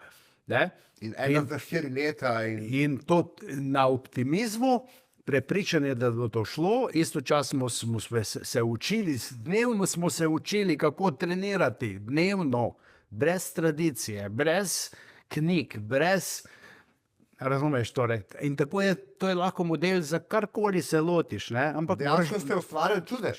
ja, ampak moraš pa biti pripravljen tudi, da pogrnem, ne? Seveda. Na malih stvari ali ne vem, jaz pišem zdaj, ko pišem knjigo, včasih pišem, en teden pišem eno poglavje, napišem 20 strani in čez en teden grem, da ga bom popravil in ugotovil, da to ni v redu. Verjemi mi, brez pardona. Označim Ctrl+A, pritisnem delete in ni več. In začnem znova. In začnem znova, to pa rečem, to je bila pa vaja za pisanja. Evo, in začneš znova. In to, ko se upaš pustiti, odrezati, ni več, dam. In iti čez samega sebe, kar si teden prej še to je pa, stal za tem in v tem taki noga in rečeš, to je pa "Daj, daj." alkemija sebe, tole, spreminjaš, torej, oni so rekli, da spreminjajo torej svinec v zlato, v resnici je to alkemija svoje notranjosti, da sebe spreminjaš iz čiste materije v žlahtno nekaj, kar je več duhovno spoznavanje. To je alkemija, In v resnici vse te stare tehnike, hermetizem, alkemijo, magijo, vse to lahko spraviš v vsakdanje življenje, seveda prilagojeno današnjem času, današnji tehnologiji, današnji družbi, kako funkcionira, ampak vse je še vedno živo. Alkemija iz časa egipčanske kulture je danes živa, samo moraš jo zavestiti, moraš jo razumeti in moraš principe zaznati. Ko znaš principe, poznaš principe, lahko to uveljaviš kjerkoli na vsakem področju, v službi, doma, na cesti, naravi. Marjan, prej si omenil, da pišeš, ogromno pišeš, ta knjiga pred nama, Moč svobode, opisuje eno tako zgodbo, en od pogledov tvojega življenja. Prej smo se pogovarjali, da še vedno pišeš, da pišeš že novo knjigo, je to še skrivnost, lahko kaj poveš? Ja, lahko, mislim, torej, pišem knjigo vseh knjig, karmična diagnostika je nekoč temeljila, je bila v ozadju vsega tega terapevtskega dela, kar sem jaz delal. Zdaj pa ustvarjam, pišem in ustvarjam, raziskujem pa sodobno karmično, novo karmično diagnostiko, ki sem jo poimenoval kraljica vseh diagnostičnih, vseh metod terapevtskih. In postavljam na prvo mesto terapevta, ki je pa kralj. Torej, terapeut je bistvo, če ni terapeuta dobrega, nobena metoda ne bo učinkovita, karkoli, nobena teorija ne deluje po terapevtu. In zaradi tega se ukvarjam veliko s terapeutov, kako terapeut kakšne pogoje mora imeti, vstopne pogoje, da je lahko sploh nekdo terapevt, kot naprimer visoka raven zavesti, mora biti visoko etičen, sočuten, pripravljen delati več kot drugi in tako naprej. Potem pa razvijam tehnike, s katerimi bo treniral znanje uporabiti v praksi in še naslednja tehnike, ki razvijajo posebne sposobnosti tega ljudi, torej mora biti posebej sposoben. To je tako kot, naprimer, voznik Formule 1 mora imeti vse posebne sposobnosti, kar jih človek sploh premore, tisti, ki vozi avto. Zanimivo, ko se poslušam, res je dolgo časa nisem videla, jaz sem v vodniški šoli isti princip razvil. Najprej je vodnik, torej osebnost in lik vodnika, on je ključen, pa so pa tehnike, ki jih uporabljajo določenih, ampak če ni vodnik osebnost pravi, če tako rečem, potem ne more voditi. In pa vodnik mora biti tukaj, vsaj po moji logiki, v bistvu vodim z vzorom. Se pravi, najprej mora sam priti do stanja vzora. Ja, seveda se moraš biti. Pa potem razdanati nekomu, kako ne. Recimo, jaz sem 20 let sem bil vse skupaj v vojski, 11 let na podmornici, član posadke, potem pa v Slovenski vojski, ampak mene so vojaki sledili in spoštovali zaradi tega, ker sem jim pokazal fizično, da sem močnejši od njih, ker sem jim pokazal, da zmorem vse to narediti, kar sem jim povedal, kar sem iskal od njih, da sem imel dovolj znanja, v katere sem predaval, in potem tudi do takih banalnih zadev, da smo trenirali taktiko zunaj na terenu, ko je deževalo, je bilo blato in smo rekli, razložil, zdaj bomo šli pa se plaziti po temi ovirami, po tistem blatu, pa so me gledali, mislim, kako. Jaz, pa inštruktor, s katerim delal, smo se prvo vrgla v tisto blato, smo naredila, ko smo naredila, ja, zdaj pa nimajo več novega, zdaj grejo pa tudi on, ampak to so taki principi, vse, kar zahtevam od drugim, moraš tudi sam narediti, torej to ni, gledam, prekrižam roke, to morate narediti. Ne, to ne šteje. Ne? Torej moraš iti skozi to je ta lastni primer. Lastni primer, biti prvi, a ne? Biti prvi in ja. To delamo tudi pri vodnikih. Ne, brez potrebe, da se dokazuješ, da sem jaz nekaj več, ampak priznati tudi, da ne vem, recimo pri poslušalcih, nekaj me vprašajo, tega pa ne vem, pa se pravi, jaz tega ne vem. Pa a kdo ve, pa se eden javi, ja vem, prosim, pridi gor, razloži jim, in mi je to razložil, sem se jaz naučil, oni so se naučili, torej ta odprtost, torej brez dokazovanja. Ko nimaš več potrebe, da bi se dokazoval, takrat je vse enostavno, nimam več kaj izgubiti, nimam več kaj braniti. Takrat se spremeniš v delovanje, ne? Ja, definitivno. In to je ta občutek je fajn, ko nimam več kaj braniti. Na koncu koncev nič moje ni.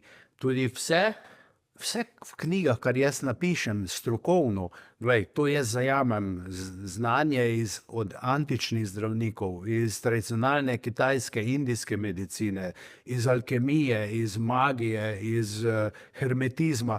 To so vsa ta znanja so notri vgrajena, jaz sem jih samo zbral in sestavil nove puzle. Na nov način sem jih sestavil. Ampak nič ni mojega. Moje je samo sposobnost, da sem to integriral, da sem to povezal. In postavil v tako obliko, da lahko razume človek 21. stoletja, da lahko jaz preberem in razumem nekaj, kar in v kontekst sedanjega časa. In v kontekst sedanjega časa, ja. Ker je drugi čas, in zdaj se počasi se definitivno prihaja čas razumevanja na Zahodu, razumevanja torej tudi teh naravnih načinov življenja, naravnih medicin, tega, ker so videli, da kljub temu, da je medicina neskončno napredovala, tehnologija, diagnostika, vse te metode, farmakologija, je bolezni vse več je pandemij, vse več je kroničnih bolezni, torej to pomeni, da nekaj ne štima, nekje nekaj ne štima, ampak pri kom ne štima, ja, pri nas mi se moramo obrniti. Torej, če medicina nima rešitev za vse, potem sem jaz odgovoren, pa pogledam, kaj pa jaz lahko tukaj naredim. Ja. Ne, in veš, koliko bi zdravniki bili veliko bolj uspešni, če bi se ljudje spraševali, kaj sem jaz prispeval, kaj jaz spremenim v slogu, prehrani, telovadbi, v odnosih. In ko bi vse to spremenil, bi zdravnikovi napotki in zdravila bi bile veliko bolj učinkovito. Zdravstvo bi bilo bolj poceni. Ne? Torej, ne vem, kako bi vredno družba bo slej ko prej prišla do tega, da je treba tudi, ne vem, če 2 milijarde vlagajo v zdravstvo, da bo treba pa mogoče 100 milijonov pa v preventivo. Pa vzpustiti usposobljene terapevte, tiste, ki vodijo meditacije, tiste, ki predavajo o tem. Ne? Torej, to bi bil vložek. Seveda ta vložek ne prinese kot aspirin, da takoj v olajšanje. Rabi 5 let, rabi se naučiti. Te tam mali, ko bojo začeli o tem razmišljati, oni bojo to vedeli, ko bojo odrasli. Zdaj pa še ne vejo. Ja, jaz sem ti hvaležen za tvoj prispevek v mojem življenju, pa tudi za vse te knjige, ki jih pišeš. Na koncu ti ne bi bilo treba, delaš to z namenom, da bo lahko nekdo, ko bo to koristil, da bo začel razmišljati, oziroma da se ga bo dotaknilo. In ta tvoja neverjetna energija, ko si se ga poznala, si bil glede 4., 5. ali 3. knjigi, se spomnim, ko so bile, zdaj pa je tukaj vse 15., 16. se piše. Ja. In kar vrej s tebe. Celo mislim, da 17. se piše, ker sem en dan šel šteti, pa sem videl, da nismo dobro šteli, ker mi je že včasih mi je kar nerodno, ko jih vse zložim gor. Pa. Ja, mislim, še nekaj bi ti povedal, ne, da ko ti razlagaš te svoje zgodbe in to svoje videnje, si najboljša reklama sam, poglej, pri teh letih bi, ne, poglej, kako poln, vitalen, poln načrtov, kot da boš večno živel. To mi je tako vodilo, ki si rečem, tudi jaz bi rad bil v tvojih letih. Sej v resnici v teh letih, ne, torej 70 plus, če je človek relativno zdrav, če ima v glavi pošlihtano, je lahko najbolj kreativen in to, torej, ljudje moje starosti bi lahko največ prispevali v družbo, mi bi pa radi izločili nekam iz sistema, ne? Torej jim ne omogočamo delati, ne? Torej imamo znanje, imamo v glavi pošlihtano, pa izkušnje, seveda bolj kot svetovalec, ti vodi, ampak mene vzami kot svetovalca, pa me vzami samo na 2 ure, ali na 4 ure, ali na 5 ur. Na to, ne. Drugo, zdaj pogledam, mislim, vse znanje, ki sem si ga nabral v teh letih, da bi zdaj nehal delati, mislim, kam bo pa to znanje, kdo bo pa to vzel, mislim, komu dati. Sicer Elon Musk ima torej, načrt tudi za to, zato ker bo preko Neuralinka v možgane in boš svoje združen z računalnikom, jaz bom dal Neuralink noter, pa bom to prenesel na USB, pa na računalnik in pol ti samo priključi in ti prenese to znanje. To je utopijsko, ja, ampak to je... Elon Muska, ampak ja, ta želja, da bi to zdaj, kar si ti spoznal, dejansko tudi podelil s drugimi, to poslanstvo, ki ga čutiš. Ja, kaj ti to pomeni? Ja, nič to pomeni, glej, tako bi rekel, ena modrost. To tudi vodi v tvojo aktivnost, dinamičnost. Ja, ampak ena modrost pravi, ko greš z tega sveta, si bil uspešen, če si pustil neke sledi. Ne? In Kitajci pa pravijo uspešen moški, v ženskah ne govorijo veliko bolj o moških, ampak žal je tako, uspešen moški je zaplodil otroka, posadil drevo in knjigo napisal. To je uspešen moški. Ne? Torej, kaj pa to zate pomeni, recimo to poslanstvo, a te to poganja, imaš to tisto občutek, wow, zato se splača živeti, da bi si knjigo. Hvala, da me poganja, ker imam... Tako knjigo napisati, to je dnevi, to so noči, to je... Ampak to je tak naboj, da jaz se včasih v 3 zbudim, dobim neko idejo, se vstanem in grem in zapišem, jutri jo bom razdelal. Ja. Ne? Ali pa kjerkoli, vsakodnevno, kot hodim, dobim neko idejo, kako bi še pogledal nekaj v okviru te nove metode, ker je to metoda je razvojna, ne? In tako sem je tudi zastavil. Metoda ne sme biti zaprta, ampak mora biti odprta, da vsak potem, ki pride noter v metodo, doda svoje in se to razvija. To je živa metoda, ker nekatere metode, kot recimo šiaco ali pa kaj, so zaprti sistemi. Nič ne robe z njimi, so zaprti, imajo določen protokol, določene gibe, ki jih upravijo in to naredijo. Ja, in to je tudi ok, ampak mene to ne privlači, mene privlači odprt sistem. Se menjam, danes imam nova spoznanja, jutri imam, slišim nekaj, preberem nekaj, to je... In pa vse to potem nekako zapišeš in podeliš z ostalimi. Ja, in potem, torej, zakaj bi recimo o neki temi, recimo, ne vem, o epigenetiki, ker je ogromno knjig, jaz predelam vseh 10 knjig, naredim povzetek in dam ljudem, da vejo, kaj je epigenetika, da ne rabijo prebrati 10 knjig, ker kdo pa ima čas brati take knjige. Seveda, ja. Ker to je že depresivno, če vzameš tako knjigo 2 kile, da ti lahko na novo pade. Ne? In to prebrati, in potem dobijo servirano nekaj, kar sem jaz raziskoval, kar sem se jaz potrudil, ampak to ni vrženo proč, zato ker nova generacija, ali pa naslednja, ki dobi neke stvari dodelane, servirane, njihova naloga je, da to uporabijo in da razvijajo naprej. Ampak lahko razvijajo na mojih ramenih, ne rabijo iti spet spodna, tako kot sem jaz šel. Ne?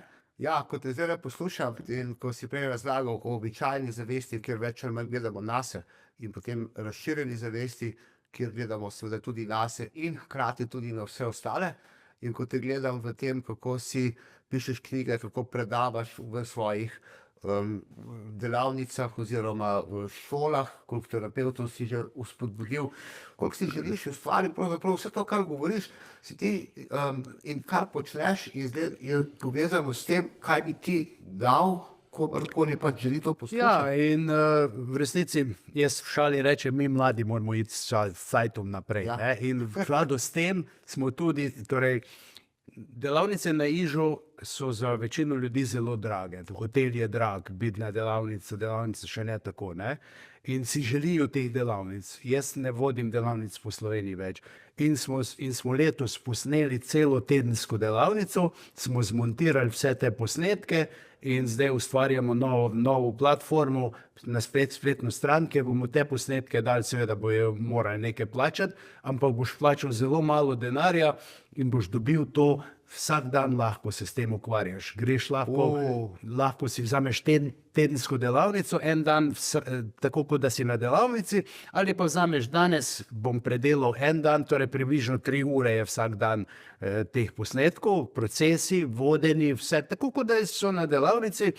Čez en teden boš vzel drugi ali pa tako, pa bo še stara mama pogledala, pa partner pogledal, pa otroci, pa tetka, pa strici, ne, veš. In tako, torej, to je ta napredek, gremo naprej, ker ljudje drugače funkcionirajo. Na delavnice pride samo omejeno število ljudi in to je, ja, zadeva je omejena. Danes lahko, ne? Vidim pri 72 še vedno polni idej, nova delavnica, nova knjiga, nova vse. Dajmo za enkrat tukaj, počasi midva se prekiniti, verjamem, da imava tukaj idej, da se lahko pogovarjava še en tak podcast, da smo že praktično pri 2 urah. Jaz se ti zahvaljujem, Marjan, za vse te tvoje nasvete, za vse misli, za vse, v bistvu tudi triggerje, ker si dal, moraš kaj razmišljati. Ja, mogoče, torej, to je tudi podcast je odprt sistem, ne, torej je odprt in zdaj znotraj tega si vsak razmišlja, kako bi mogoče še kaj naredil. To je tako kot v filmih, ko včasih moja žena pravi, je jezna, film so končali, pa niso pokazali, kaj se je zgodilo na koncu. Jaz rečem, ja, seveda so ti povedali, da ti sama nadaljuješ s tem. In najdeš potem, kot si želiš. Ja, in tudi tukaj najdejo, ne, mislim, karkoli, ne, in torej, kakršenkoli na svet je itak, ne vem, bi bilo mogoče pocukrano dajati na svete misli pozitivno ali pa take zadeve, ampak jaz bi rekel, poskušaj zaznati, kaj te pa veseli, kje je, tam, ker te veseli, tam je energija.